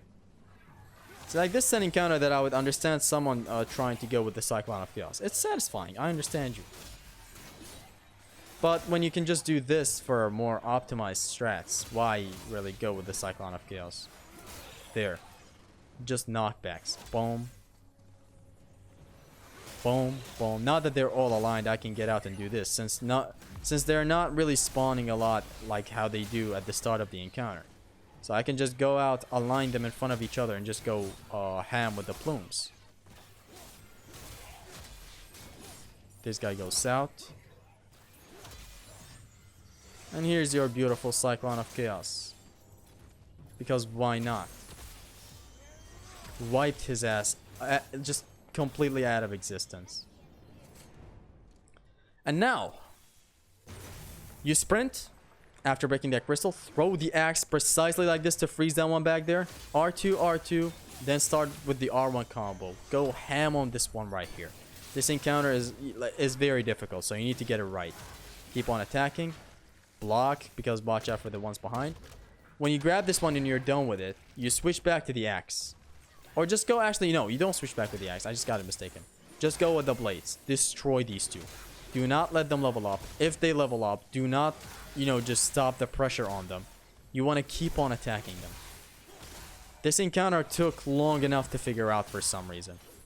Like, it took long to figure out. Now that this one's frozen, I can easily do this. Just watch. Boom. See? That wall is a solid wall that can be used for the high damaging strat where you freeze enemies and then knock them back to a wall.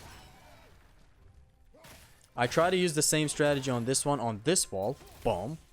Which I'm sure it should work. Like, it has worked before. Boom. See? It's just that your kick has to be very precise and accurate, you know, in a straight line. Now we have another encounter after this little Draugr right here that's going to be very interesting. We can't control Atreus at this section. He's a little dipshit. So what you do, you throw the axe as fast as you can on this wolf. Boom. You go with the kicking to the wall strat as fast as possible. After he's dead, you retreat. You trip this guy. Njord's Tempest for the win. Or you could have even launched him and just sent him to the outside with the wall pin. You know, the heavy axe throw on enemies that are airborne. After ringing him out and dodging everyone in there, you come up here. In here is where the fight gets easier. It's favorable if you get the shieldy boy to climb up here first, which I think I don't. Like, yeah, he climbs back down. Like, I only have this brute, which we should be leaving him until after facing off against the shieldy guy. Like, I got a lot of attempts, you know, before this where the shieldy boy climbed up with this guy. And I could just prioritize him and stun him up and all that. Perfect dodge him. Build up stun from behind. After this guy's stunned, you want to focus on the other Draugr, the Draugr brute. The dog, you know, that was following us since there were 2 wolves at the start of this encounter. He retreats back to his same position when we started the encounter, if we climb up on this platform that you just saw me climb up on. Here's me trying to build up more and more stun on this kid. You'll know why in just a second. Perfect dodge this, go behind, attack, attack, attack, grab him. With the battering ram, run towards the outside, throw him. Now all you have left is the wolf. See, it returned back to its original position. It just turned idle again. Boom. Just kick this wolf to the wall non-stop for the easy kill. Boom. Easy. Atreus is not following your orders. It sucks. Anyways, grab this guy for the stun. Atreus in here does not follow your orders from time to time. Like, he does follow it in here. But in that other encounter, it's completely busted. The man does not even want to follow you. After taking these two guys out as fast as you can with the stun abuse, you take out this nightmare. Move on to this guy. Throw the axe. You explode this thing. This guy gets stunned with that explosion. You beat the devil out of him. And then you grab the nightmare. Now you switch to lightning arrows and your axe, because these guys might catch fire. When they catch fire, you throw your axe. Like you do this. Boom.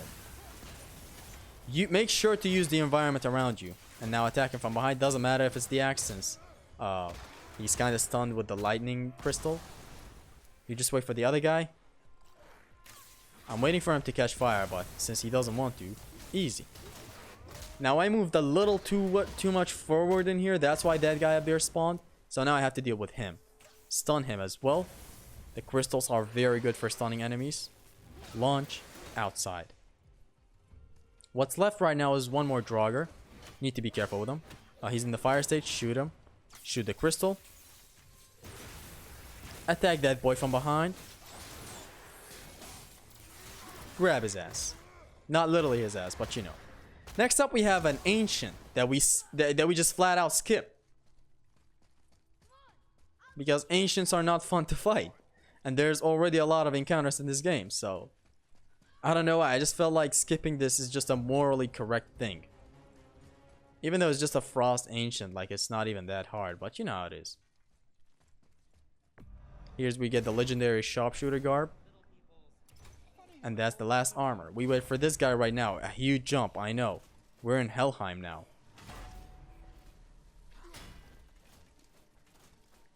I could have tripped this guy if I threw my axe towards him, but then Atreus does the job for me. And he's out. Moving on to the next fellas. We jump here, then we return back to the same platform after these other 2 guys spawn. We grab the nightmare. Boom. One of them somehow got ringed out, but if he doesn't get ringed out like that, just wait for him to get on this platform and wail at him easy, while looking out for the Hellwalkers behind. These guys are cracked. They're level 7. They have a lot of HP. Wait for them to jump to this platform. Yeah, now you can safely wail at them, but it's not completely safe though, so do watch out. These guys are cracked.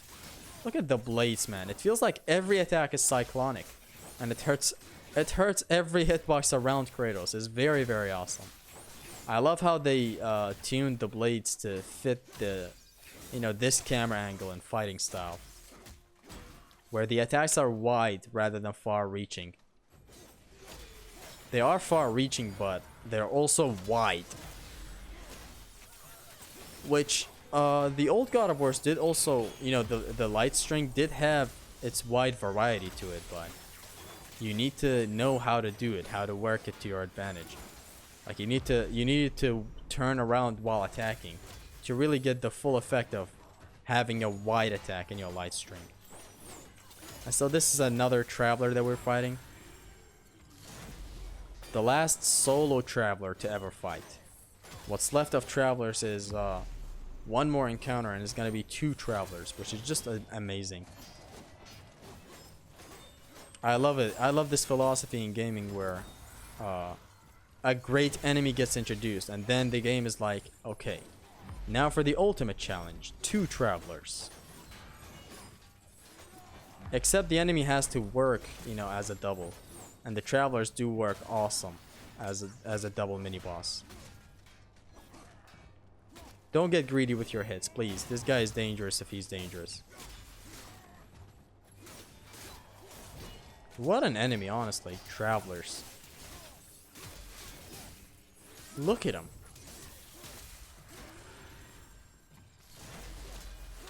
The ship section in here is like the hardest thing ever. It took long to optimize, and especially long to learn. Look at this skill.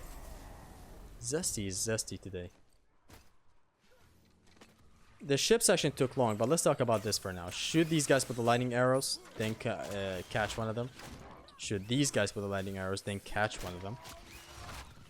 Now, speed up to this guy and ring him out. Switch to the axe, hit the guy with the shield, he gets knocked back to the outside. Switch to the blades again and start hitting this Hellwalker. After he dies, you want to focus heavily on this guy. And I mean go all out, like absolutely all out. You want to damage this guy as much as you want and take him out as fast as you can.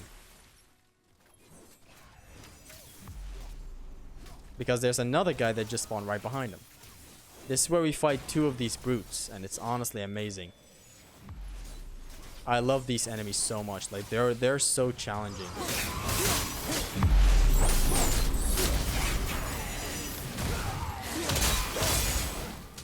I'm still keeping my focus on the guy back there. You'll see in just a second. After this perfect dodge, this, see? It interrupts him. I could have also interrupted him with a heavy attack or a Atreus arrow, but I really wanted to showcase that aiming grab with the blades.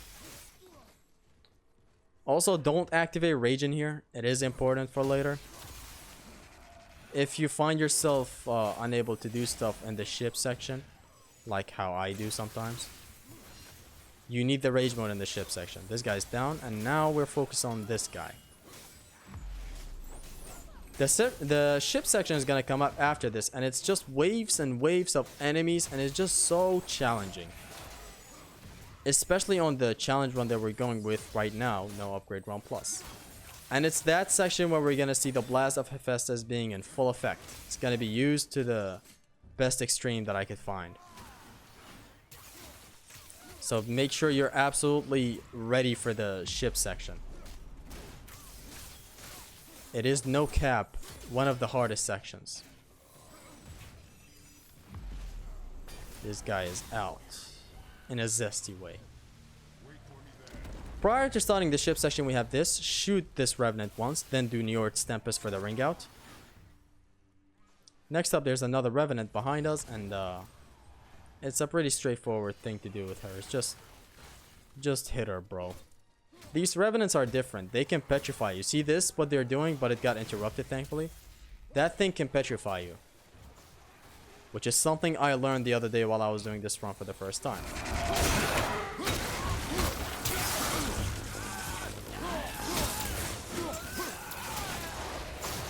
Again, you're hitting these guys with the lightning arrows since you don't really want to build up their stun meter. You just want to damage them.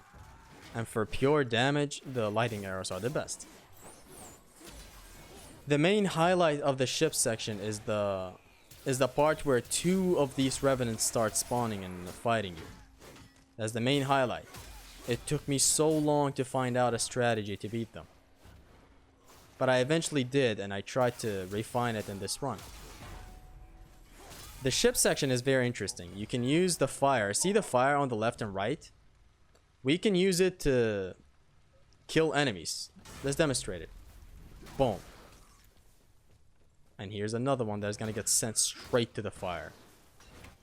The hazard needs to be lit up by your blades all the time. Or at least one of them has to be lit up. If they're both out, the moment they both go out, you're dead. So it's a protection mission, but beautiful. I love it. And remember that, you know, the Blast of Hephaestus is not going to be essential just for a ring out here. It's going to be essential for sending the enemies to the stage hazard. It is very important to make the best out of it, though. You'll see whenever the revenants spawn. First of all, we need to clear up this first stage. And the best way to light up these things that you need to light up is to just go R2, R2, and R1. And as you can see, I'm using these the hazard that I'm lighting up to kill the enemies. Use the best of the axe as well. You can use it, so use it. R2, R2 is dead. Not really. Here comes the harpoons.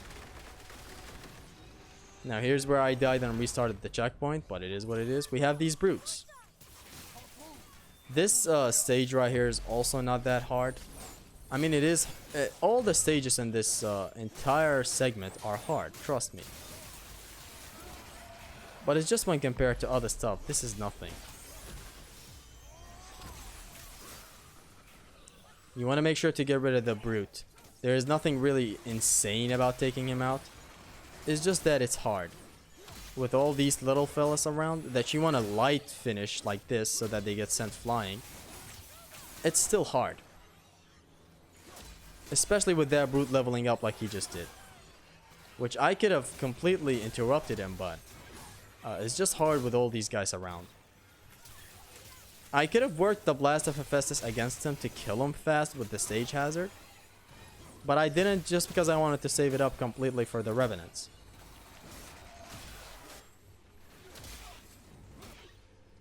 The fire does not kill these guys on impact. You have to kind of deal with some weird collisions against the hazard to really get it to work. It's especially a thing with the ogre that spawns at the end. Yes, you can fuck him up with the stage hazard. But I didn't get it in this run. It's like I'm trying to get this guy. That's all the demonstration you need. It fucked him up. It deals a shit ton of damage. And here's, you know, this happens after taking out that stage, but I died and restarted the checkpoint, so here's where you get restarted. Hitting these guys as they're spawning, boom, sends them backwards. It's very great. So in here you need to take them all out. Boom. Boom. This is gonna get much more interesting in just a second. Launch this guy to the hazard. Now you need to start aligning all of them in one spot and to just go to the opposite direction to either send them to the hazard or send them to the outside. I do a poor job demonstrating it, but I've gotten some attempts better than this, but then I died later on, so I couldn't really show it. Now is your chance. Blast of Hephaestus for the knockback. And now this. Boom. Some died, some got ringed out. Some didn't even budge. But look at their stun meter and their stun build up. See how great the game is, man? It's just so cool, like. Anyways, let's stop sucking the game's dick. That's this stage done beautifully. With a lot of cooking. Light up this hazard, because why not?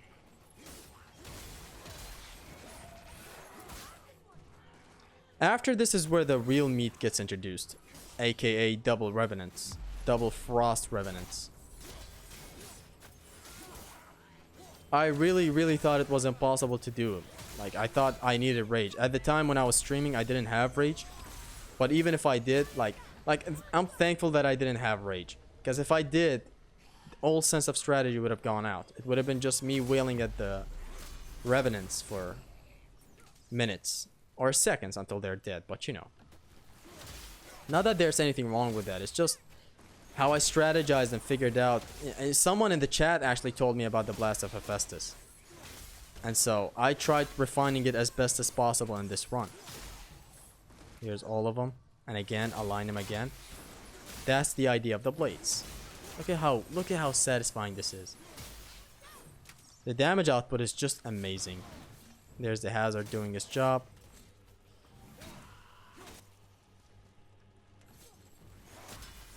There's just a lot of enemies in here. You're gonna have to excuse them. But a lot of enemies are just nothing compared to what comes after.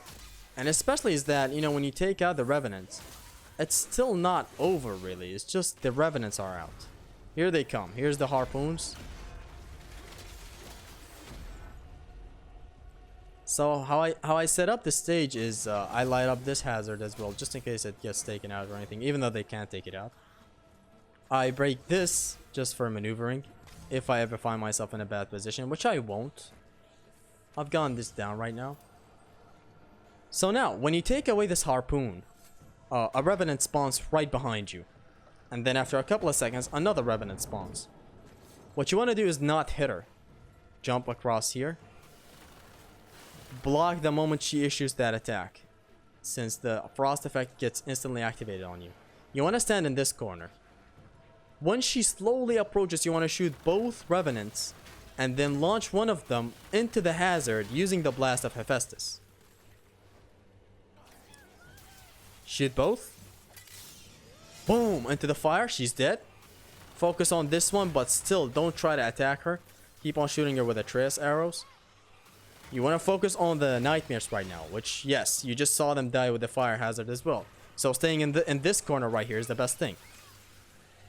So that when these nightmares start rushing towards you, they die with the fire, and there's no there's not a lot of pressure on you really.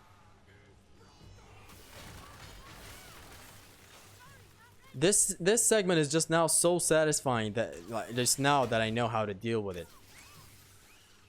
On the live stream when I was doing it, it was literal hell, but now it's better. Dodge this nightmare. Grab this one.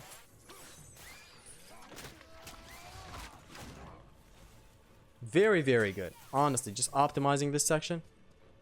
Very huge. I tried sending this one to the hazard and it worked. See? With enough refinement, everything just gets better. That's 2 revenants killed with the fire hazard. Just make the best work of your runics. That's why the Blast of Hephaestus was essential, as I said it back when we got it. Because only the Blast of Hephaestus does that weird knockback. That it's not a normal knockback. Here's me completely botching the grabbing of this guy. Like, I should have rang him out. Instead, look at this. Look.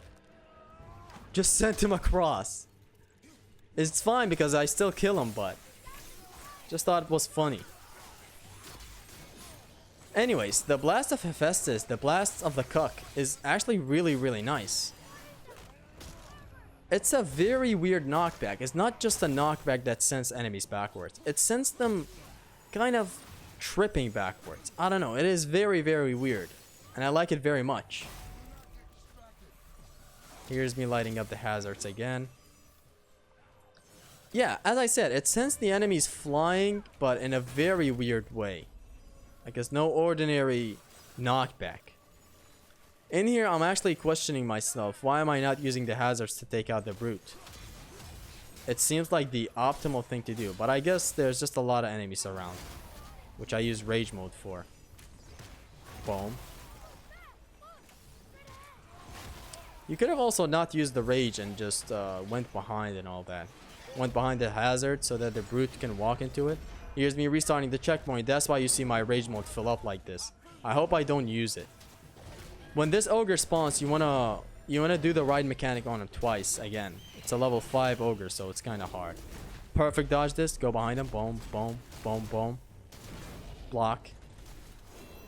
Do this so that the enemy next to you does not attack or anything.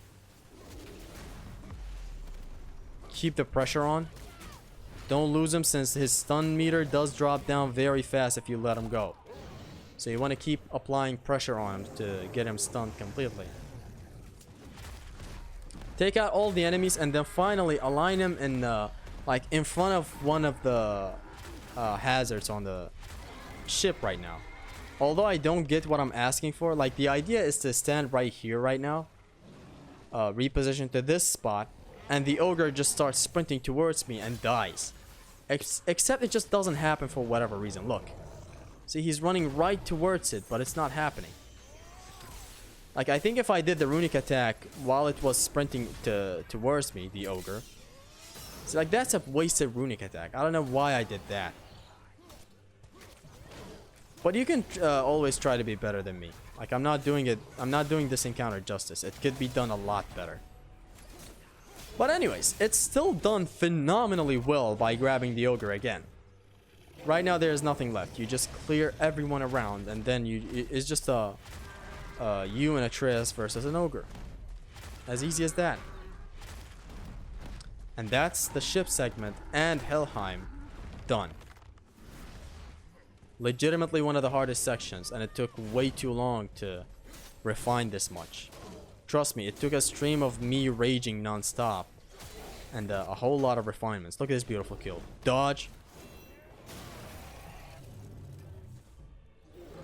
Just zesty things, nothing more. Now on to another really awesome segment of the game. This could be my favorite section if I just play it 2 more times. Just what an amazing segment. So first of all, I'm showing off the camera thing where look at how I'm fighting this traveler right now. I'm looking at that other traveler at the same time, so I can see both of them attack. You don't need to be facing away all the time while in combat. See? Like at this point, Kratos is almost attacking towards the camera. So if you can position it well, you can pull a number on these guys. Dodge away. The guy with the shield, you want to leave him to last. It's just focus on this guy, it's better. Since the guy with the shield is harder to fight. So just reposition and don't be greedy with trying to get every single attack in. Dodge this fool. Attack him from time to time. Here's another trick with the camera, as you can see. It is very important. Here's me doing it again. See, Kratos automatically attacks the enemy in front of him instead of facing towards where the camera is. Much better than having him attack you where the camera is. See? Kratos is almost hitting the camera at this point. So if you know what you're doing, the camera is not constantly stuck to Kratos' bald hit from behind. But again, that's only if you know what you're doing. Interrupt this fool. Come on, guts. I use rage mode to speed things up in here, but I don't advise it. I advise using rage mode when you actually need it, rather than just doing it to speed things up for a commentary on YouTube that might or might not go viral. Guy's almost out. He walked right into his death. Just sweet. Iframe with the Spartan charge. What a great double fight. Honestly, double boss, double mini boss. Double travelers, one of them being the shieldy boy. Just awesome. In Ragnarok, these travelers with the shields on their backs are even more dangerous. They're more deadly. Since they have an attack where they attack with their shield while facing away. So you have to see it coming. It's a guard break. His sword is beautiful, man. Look at it. Like, I wish we could use that. And boom for the ender, and now for the rage mode to speed things up. I love how the rage mode knocks them back even while they're in rage. But not the shield. Just sad.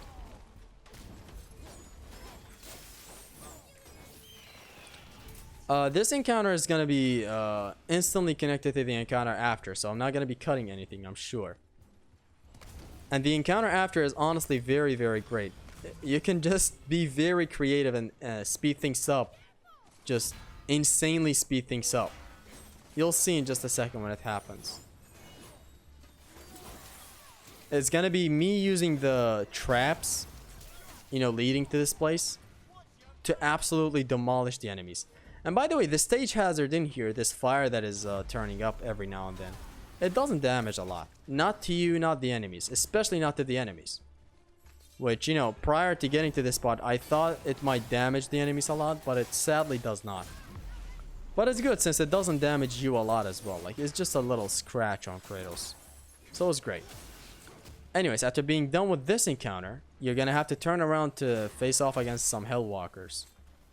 Take the Rage Stone, Zesty. Or actually, before taking the Rage Stone, make sure these guys stop right where they are. With heavy axe throws, like this. And just like that.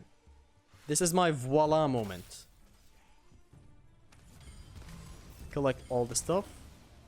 Then get back in position. The encounter is not done. The encounter is way too hectic if you do it in there. Like, this strat that I found is very like, why even go any other way? Just do this. Except for now, where you have these two projectile fellas, and you have to slap the shit out of them to spawn the next set of enemies. When this guy is dead, you want to retreat back to the spikes. See when this hazard starts being active again? All this time I have my axe stuck on this little spikes on top of me right now. So this one never moves. Come over here. Whenever they approach, one attack to keep them in place, they're dead. Now you will be surprised for the next set of enemies that spawn. The brutes. You'll just see how sweetly they all die. So easily, so beautifully. You'll just see. Here they come. And I think I recall the axe. So there they are. And there they're not. Boom! All of them dead. And now all of these guys died. Just awesome. Very, very good. Now I took long to realign these so that I can freeze one of them again. What comes after these fellas is that you have to come back here to this arena now. And then retreat again. We have two of these brutes. Now we're not gonna fight them, are we? I wait for this spikes to go up again. It kills one of them. We wait for the other one. The other one is the best way to stop the other one in a confirmed fashion. See, like, I tried to stop him, but he didn't stop. The best way to stop this guy is with a Tartarus Rage, runic attack. As easy as that. Even if he levels up, it doesn't matter. Boom. Boom. Bam. He's dead. Legit, one of the best sections. This game is, like, so good. All of the encounters are awesome, but this segment is very, very good. Here's the stage hazard, and it has something interesting. So when it attacks the enemies, it counts as you attacking the enemies. You might have seen that guy trying to level up. Anyways, we have two walls in here and a ring out, huge ring out spot behind us. I'm gonna use the two walls right now. But yeah, the hazard, if it hits enemies, it counts as Kratos hitting the enemies. So they are susceptible to leveling up at any point they want. Boom. Boom. And this guy's out. And now the ogre spawned. The ogre, when he spawns, you do a runic. You spam all your arrows to build up the stun on him. Block this. Attack, attack, dodge. Attack from behind. I keep on looking away at the Draugrs just in case they try to do anything sus. See, like, notice how the stage hazard is constantly hitting that ogre. It was constantly hitting him, but the damage output wasn't there. So it's not a thing to rely on, really. Nothing that insane. Now you clear up the entire room. Pretty great. Very nice encounters in this segment. I mean, the whole game has a lot of really awesome encounters, but this one is different. This whole segment is very, very good. Now is just a game where we have to take him out. Attack, attack, parry, so that he gets away from you a little bit. I tried to set him up for the hazard, but it's kind of hard to do that. And even when you do, it's like, look at that poor damage it's doing on him. Perfect, dodge that boulder, which is a very risky move. Please don't. I hope this grab finished him, and I hope it finished him well. There's the last enemy. And at this point, I'm just playing around. I'm just trying to finish this. He's down. Dodge this, or block this, or parry this, or whatever. Just kill this fool. And now we move on to the next encounter in this left side of the temple, which is just so awesome. Look at this. Look at what this trap is doing and how it's shredding these enemies. Don't even get this green element or whatever from the thing. You need to approach to get to the spot to spawn the enemies like this. When the hazard spawns, then you retreat. I've never tried the other trap though. It would be interesting to try it out. Best thing is to just stand in the middle. You'll see what I mean in just a second. Like this. It's a shredder. It destroys everyone. It doesn't matter if they level up. This right here is God of War. Just creative, fast ways to take out enemies, even on the highest difficulty. It's just so great. This is literally God of War 1 level right here. Using traps and all that, like the temple. Just awesome. And that's this encounter. And now moving on. Moving on to the section. The most challenging section. The realm between realms. What you do in the first encounter is you go to a corner, do this. Retreat to another corner, which is usually the opposite corner. Again, R2, R2, R1, R1. Go back to the same corner. Wait for them to crawl up, R2, R2, R1, and knock everyone back again. If you know you're in control, you can stay in the same corner. It is what it is. This first encounter is very good. These guys can overwhelm you if you don't know what you're doing. Also, don't just go ahead and blind dodge. You need to just watch out for when to dodge and all that, and not just dodge blindly. In this corner, we go with the same thing, except watch out for attacks. And boom, everyone's knocked back. This shit is just infinite satisfaction. It is so satisfying. R2, R2, R1, R1. Retreat to the other corner, Zesty, please. They're kind of overwhelming you. Okay, he still has it under control.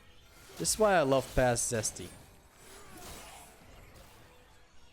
Retreat to this corner, which is fine. It's just that it's more favorable to go to the opposite corner of this one right here. It's just that now that they're reduced in numbers, it's fine to go however I want. So this segment right here is essentially 4 waves. This one is the first, then the Alfheim one, and then the Helheim, and finally the Muspelheim. It's going to be very interesting to cover all of them, since all of them are kind of challenging, fun, and difficult, except for one. One is Helheim, and it's just tedious. Here's Alfheim. This guy spawns in. You want to wail on his asshole as much as you can right here, before his friend spawns with him. This is basically the Svaltar furry that we fight in Alfheim, but we're fighting 2 of them this time. Dodge, attack, attack, dodge, attack. Attack, attack, attack, iframe. Boom. Bam. Just great. So it's 2 of these guys with some nightmares that are going to spawn right now. When the nightmares spawn, which you should be expecting them, this whole encounter requires a lot of practice. Boom. Stylish Zesty is stylish Zesty. There's the nightmare. Do a lot of axe throws and a lot of lightning arrows. Eventually, these nightmares start doing the kamikaze type attack. So you need to be careful. Throw this. Be careful of these dark elves. They can be dangerous. Like, they have stupid reach with their attacks. Now, you know, since the fight is just the two Dark Elves right now, it should be pretty clear on how to deal with this thing. Just careful steps. That's literally it. When they do that attack, you just side roll or, you know, sprint to their side. That attack where they do 2 spins and then slam down to the ground, you just do perfect dodges. Because if you parry it, it's bad. See, like, just do that perfect dodge so that you can get some openings to attack enemies with the realm shift. Sprint behind them. Dodge. Not this one. This rage activation was very unnecessary, I would say. But it's just that, you know, I used it just for fun to try to speed things up, and I failed horribly. All I'm saying is that it's not really that necessary. It would have been necessary on the encounter after this, which is the hardest encounter in the entire game. But it is what it is. Spaz Zesty, you know how he is. See, parrying them, they kind of back off. It's just like, it's exactly like Spartal Furry or whatever his name is. I think I no damage this one. Or actually no, I'm pretty sure I get hit with that, you know, the one that is level 5, I think. Fucks me up pretty bad. See, you need patience. Do not be greedy for attacks. See that guy? Their attacks are dangerous. You need to make every hit count, but don't really be greedy for hitting them. See, like, I'm running away. In a time where I could have gotten some damage in, I just ran away for the safer option. Better safe than sorry is what they all say. Now it's a 1v1 and it's much easier. Much more manageable. Just attack. Boom. This guy does hit me once or twice, I think. But it's no big deal. What is a big deal is the encounter after this, which is gonna be the Helheim wave of enemies. It required a special pattern that I learned while streaming, but I just learned to refine it in here. So it's gonna be interesting. It's gonna revolve a lot of RNG as well at the starting setup. It's great when stuff require RNG at the start and not like near the very end. And the RNG that is going to be involved is going to revolve around Atreus tripping the enemies with the shields. Atreus has a mechanic where he sprints towards enemies with shields if he's wide out in the open. And so you really want that to happen at a specific time. And when it happens, you launch one of the enemies that doesn't have a shield and then aim to kill the guy with the shield. It's going to be very interesting when we get to it. I'm just over explaining right now prior to getting to it because it is very hard. It is just very hard. This is almost done. This guy is just a little more chipping and he should be done.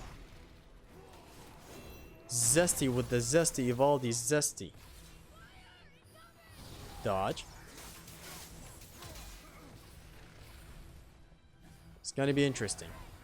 The Helheim one, as I said, it is the translator section of God of War 2018. Like, it has a special pattern, just like the translator. So now that this is done, come on, Zesty. There it is.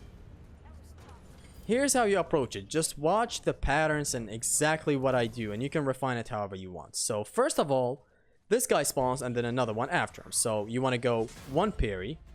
You wait for the other. 2 parry. Block. A 3rd one just to subdue them a little further. You kill this one that first sprinted towards you. You subdue this guy by only hitting his shield. Atreus rushes to make him fall. I knew Atreus would do that, so I just launched that guy to subdue him. I killed this guy, and then I killed this guy. I saw Atreus sprinting towards him. Trip this guy with the axe. I didn't get great wall shenanigans in here, so I had to do it twice to get it, but still. Then you retreat to this corner after getting all of them in that other corner. Perfect dodge this guy. I didn't have the amulet, so if you had the perfect dodge amulet, the amulet of Kvasir, you would have gotten the perfect dodge and you would pin him to the wall pretty easily. Now is where the hard part starts. This is a chipping session, but it's not just a chipping session. It is very difficult. Like, you have to kind of know when to attack. It's 3 of these brutes. This is the game going nuts to the wall as hard as it can be. 3 of these brutes is not easy to deal with, so you need to be careful. You need to bring it your A game. I've hit all of them with everything I've got, and that is exactly what you're supposed to do. Make things speed up. That guy levels up. I couldn't interrupt him. Whenever you see one of them level up, whether you have the blades or the axe, you just go with the aiming R1. That is the best thing. Especially with the blades. Like, even if your attack doesn't reach, it still interrupts them from leveling up. Or Atreus arrows like you just saw. And if one of these guys levels up, it's not a big deal really.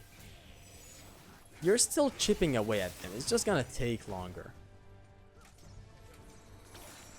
That is the interrupt. Block the ice shockwaves. Trust me, this is not near as easy as how it looks. It's not easy. I could have interrupted that guy with the blades aiming in R1, but I didn't because, of course.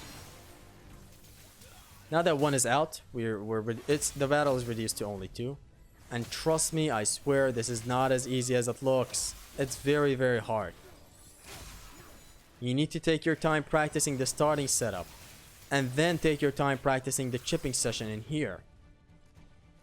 Very, very messy. This guy's getting fucked. It doesn't matter which one you focus on. It is of course greater when you reduce the fight to a 1v1. But sometimes you just find good opportunities to wail on one of them while the other is busy. Just do it.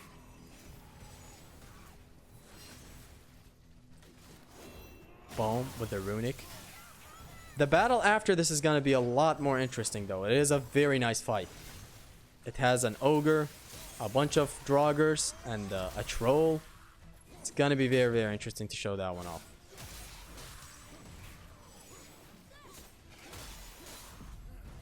Nice iframe.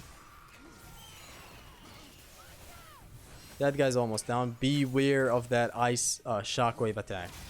You need to block it. And now it's down to a 1v1 against a level 7 brute. This guy is cracked. So you need to be as careful as possible while fighting him. Which is just the same level as the others. It's just that, you know... I mean, even the others really kill you with 1 hit, so it's still the same. Nothing is blockable. He just has more health. He attacks more. So just beware. And it's done. Zesty with the plume! What a finish. Now to the Muspelheim one. You wait for the ogre to come out and you wail at him from behind and you spam arrows and you hold Atreus' runic attack as well. It's like this. You want to get it as fast as possible. Now a troll comes in and attacks the ogre. Block. Don't do the runic attack with the axe yet. Now switch to the axe. After parrying that, interrupt the troll with your runic attack. Keep the pressure on the troll. Climb the troll. The ogre, sorry. Now you want to completely damage the troll, which you get him to his stun state, luckily. You can even damage some draugrs around if you're cool enough, I guess. Which is just what I did. Boom, boom. Some more draugrs died. Now you instantly go to grab the troll. Give him a blicky. Hit him another blicky. And the last blicky. Boom. Now you're left with ogre. And I think some draugrs, based on how many you take out and how many you don't take out. So the fight basically goes on how you orchestrate it. This guy's out. Now the ogre is pretty straightforward to fight. I think we get another stun state to him. Do we? I highly doubt it. Yeah, no, we're not getting it. He has to have a lot more health. He got hit a shit ton against the troll. The troll hits him when he enters, and he can even hit you when he enters. And you cannot let him do his fire stomp attack, since it really fucks up the whole encounter, so make sure to absolutely interrupt him with your runic attack. And that's this encounter, and on to Baldur we go! The finale. 15 minutes left. Let's go. I think it's over. Aye. But where are we? Now Baldur is very interesting. This first phase is just the same fight at the start, but the other phases are all different, are all very great and creative. Let's cover it. So first, at this phase, it's nothing but, you know, attacking him with arrows and your blades. Use all your runics, use your everything. The phase after this is where things really get interesting, with a bunch of stage hazards and environmental stuff that we can use to our advantage.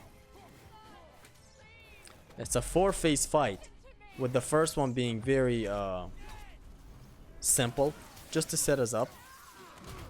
Here's this cool transition incoming. Boom. Bomb. So you might have noticed the crystals, the red crystals around the arena. Here's what they're used for if you haven't noticed so far. Attack. I shoot the crystals. Boom. It launches Baldur for more damage. It also damages Baldur as well. It's not just launching him. The damage is nothing insane. Iframe through the shockwave stage hazard. Perfect dodge this and well at his ass. This phase is very difficult. He has some attacks that you have to parry at times. Please do not dodge like I do sometimes. Boom! Very beautiful. Incredible, innit? Boom. I'm still waiting to bait him with the crystals. It's just that I hit him at least once prior to hitting the crystal, except for here. See? I wasted the crystal explosion once. But it's fine since this phase is already done. This phase of this stage. Freezing! I love Baldur, man. This attack that he just did, you want to block it. You know, press the block button the moment he slams the ground. Be careful. And now you need a lot of repositioning after your every attack. Just like what he's doing. It is a guard break. See, like this attack that he's doing, it's a guard break. It doesn't kill you, but still, it's annoying when you get guard broken. Attack, dodge. Attack, attack, attack, dodge. Don't stay stationary while attacking. Don't get comfortable with attacking. Block, see? You want to perfect block that attack. Perfect block these as well to interrupt him, since he sometimes can do very weird stuff where he uses that move very smartly. Like he does these slow projectiles that are blockable but stun you in place, and then he does something that is unblockable, resulting in you getting hit with both things and dying. So I love this boss very much. He just uses his moves to the best extent. Now he's set up himself perfectly with the crystal, I think. Do I use the crystal one more time? Iframes. Boom.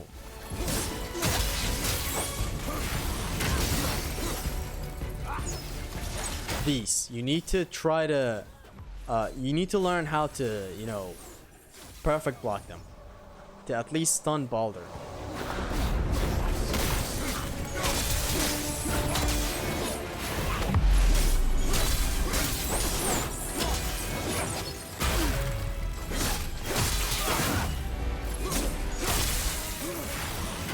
I love how we still haven't figured out his full powers yet. Like he's still going between the ice and he's going from ice to ice. He's not going from ice to fire. Still haven't learned it completely, which is just lovely. Perfect block this. Perfect block this as well. Don't just sidestep it like I do. For me, it's just muscle memory for some reason. Dodge. Boom, boom, boom, boom, boom, boom, boom. This phase is very difficult. The phase after is a little more doable though.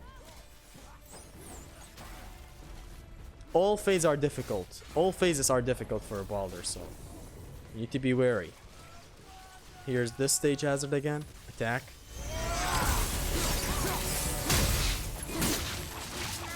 See how I'm moving away after every attack so that I don't get caught with the plants of Freya? Open the door! We need your help! Woman, you hear me? It is urgent. Here's him setting himself up perfectly for the crystals. You know what I'll be doing when he's near those crystals. Actually, do I use it? I hope I do.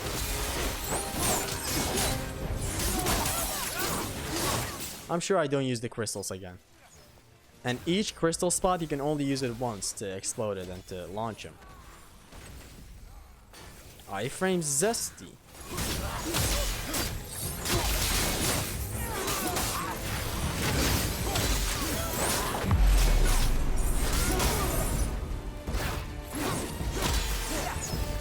Perfect block, perfect block. Notice how I always try to perfect block it, no matter what. See, I'm trying to get the crystals. Attack, then get the crystals.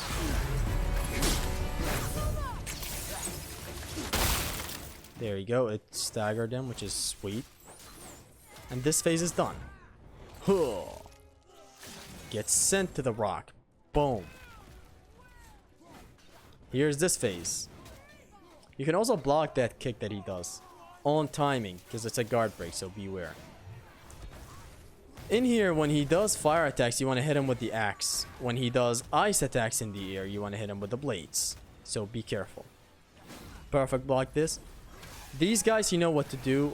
Just send them flying towards their friends with a light ender of either the axe or the blades.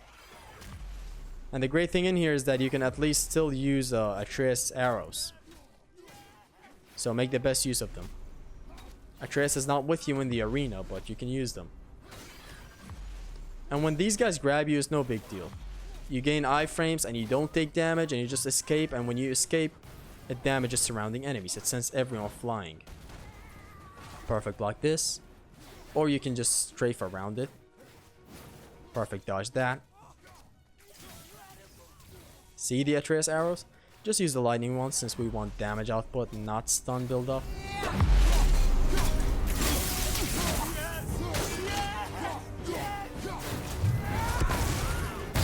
Hit him with the axe to interrupt.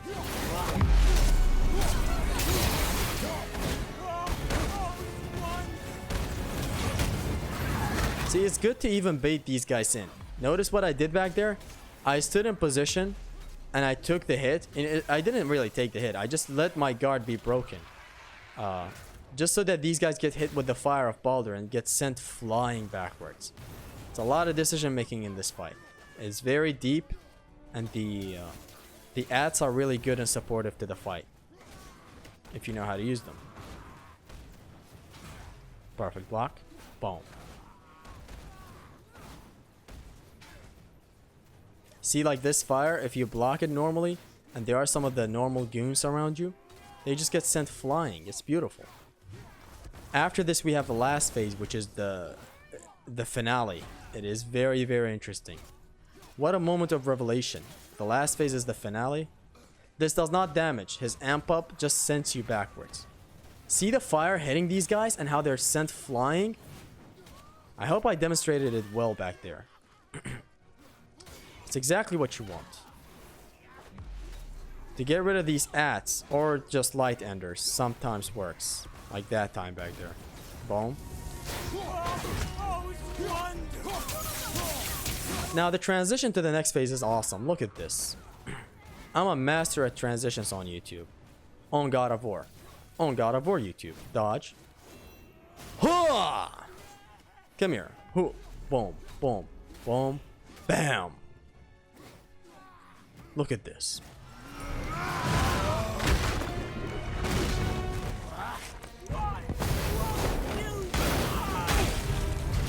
Thank you, thank you, thank you. Anyways, when the battle starts, wait for him to do something, then do your action. Don't instantly mash R1. Wait for him to actually do something first. When he issues his thing, then you press R1 and interrupt him, because attacking with the rage mode pauses the enemy in front. Zesty being zesty lately. This battle is insane. This battle is insane. So in here, your main thing that can help really is positioning. The arena is your enemy. The arena is small, and he's doing wide attacks. He's creating stage hazards, especially with the ice one that stays around. So you need to really bait his attacks and have them be in favorite positions. Don't dodge this, please. Parry it like this, yes.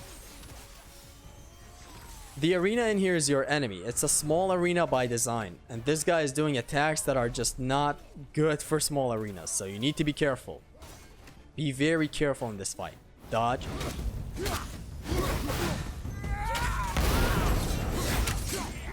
Now I also tend to try to look cool in this fight. You cannot do that. You can also just try to be as tactical as possible. Parry these attacks with the ice, always. Do not try to dodge them since you get fucked. Parry this. Learn to parry this projectile. It's very hard to parry. Dodge. When he's in the ice, you can grab him with the blades. See, I bait him with the ice. He switches back and forth when he does it 3 times. Like if he starts with the ice, he goes ice, fire, ice. If he starts with the fire, he goes fire, ice, fire. And see, like, look at the stage hazards right now. All of the stuff that this man is creating. And in a small arena like this, you really have to know your positioning the best. That's why I like the fight so much.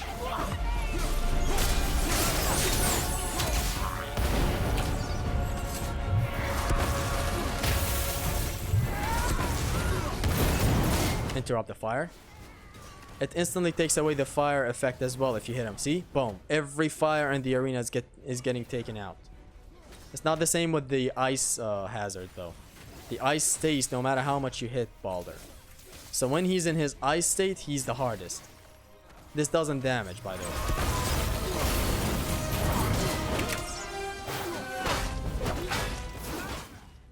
Almost hit me there. That move is very, very nice. He just teleports behind you and hits you. It's very cool.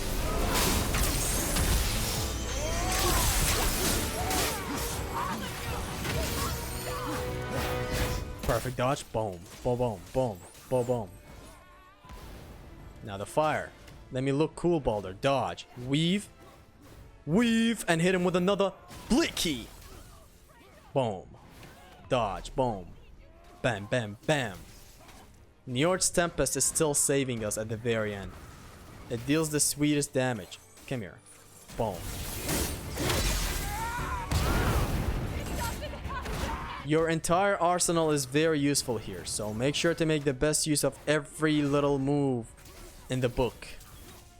Every cool little trick. Dodge. It's good to dodge since you can get your punish in like this.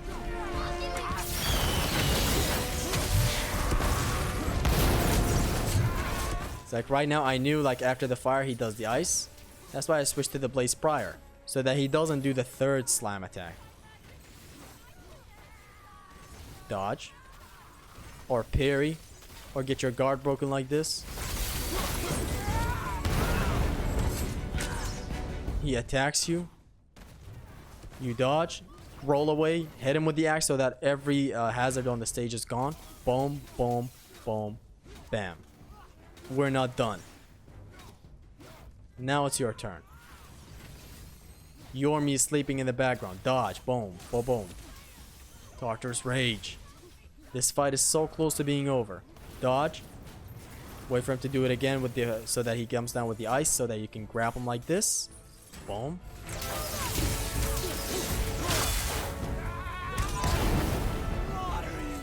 Just take it slow with Baldur. He's very dangerous.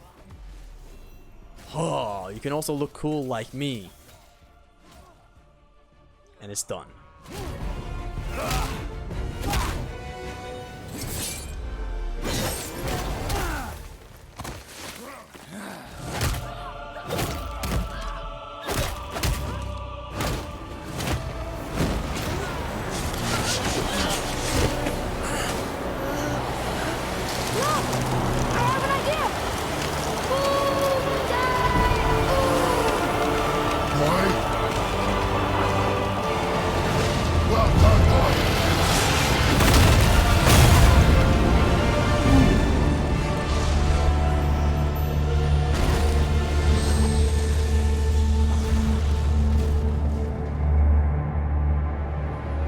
Be sure to like and subscribe as this helps my channel grow, and if you enjoyed the commentary, I have made commentaries for other God of War challenge runs and other God of Wars as well. I stream and upload 90% of God of War content and stream some other games every now and then and make content for them as well. I hope you guys enjoyed today's commentary.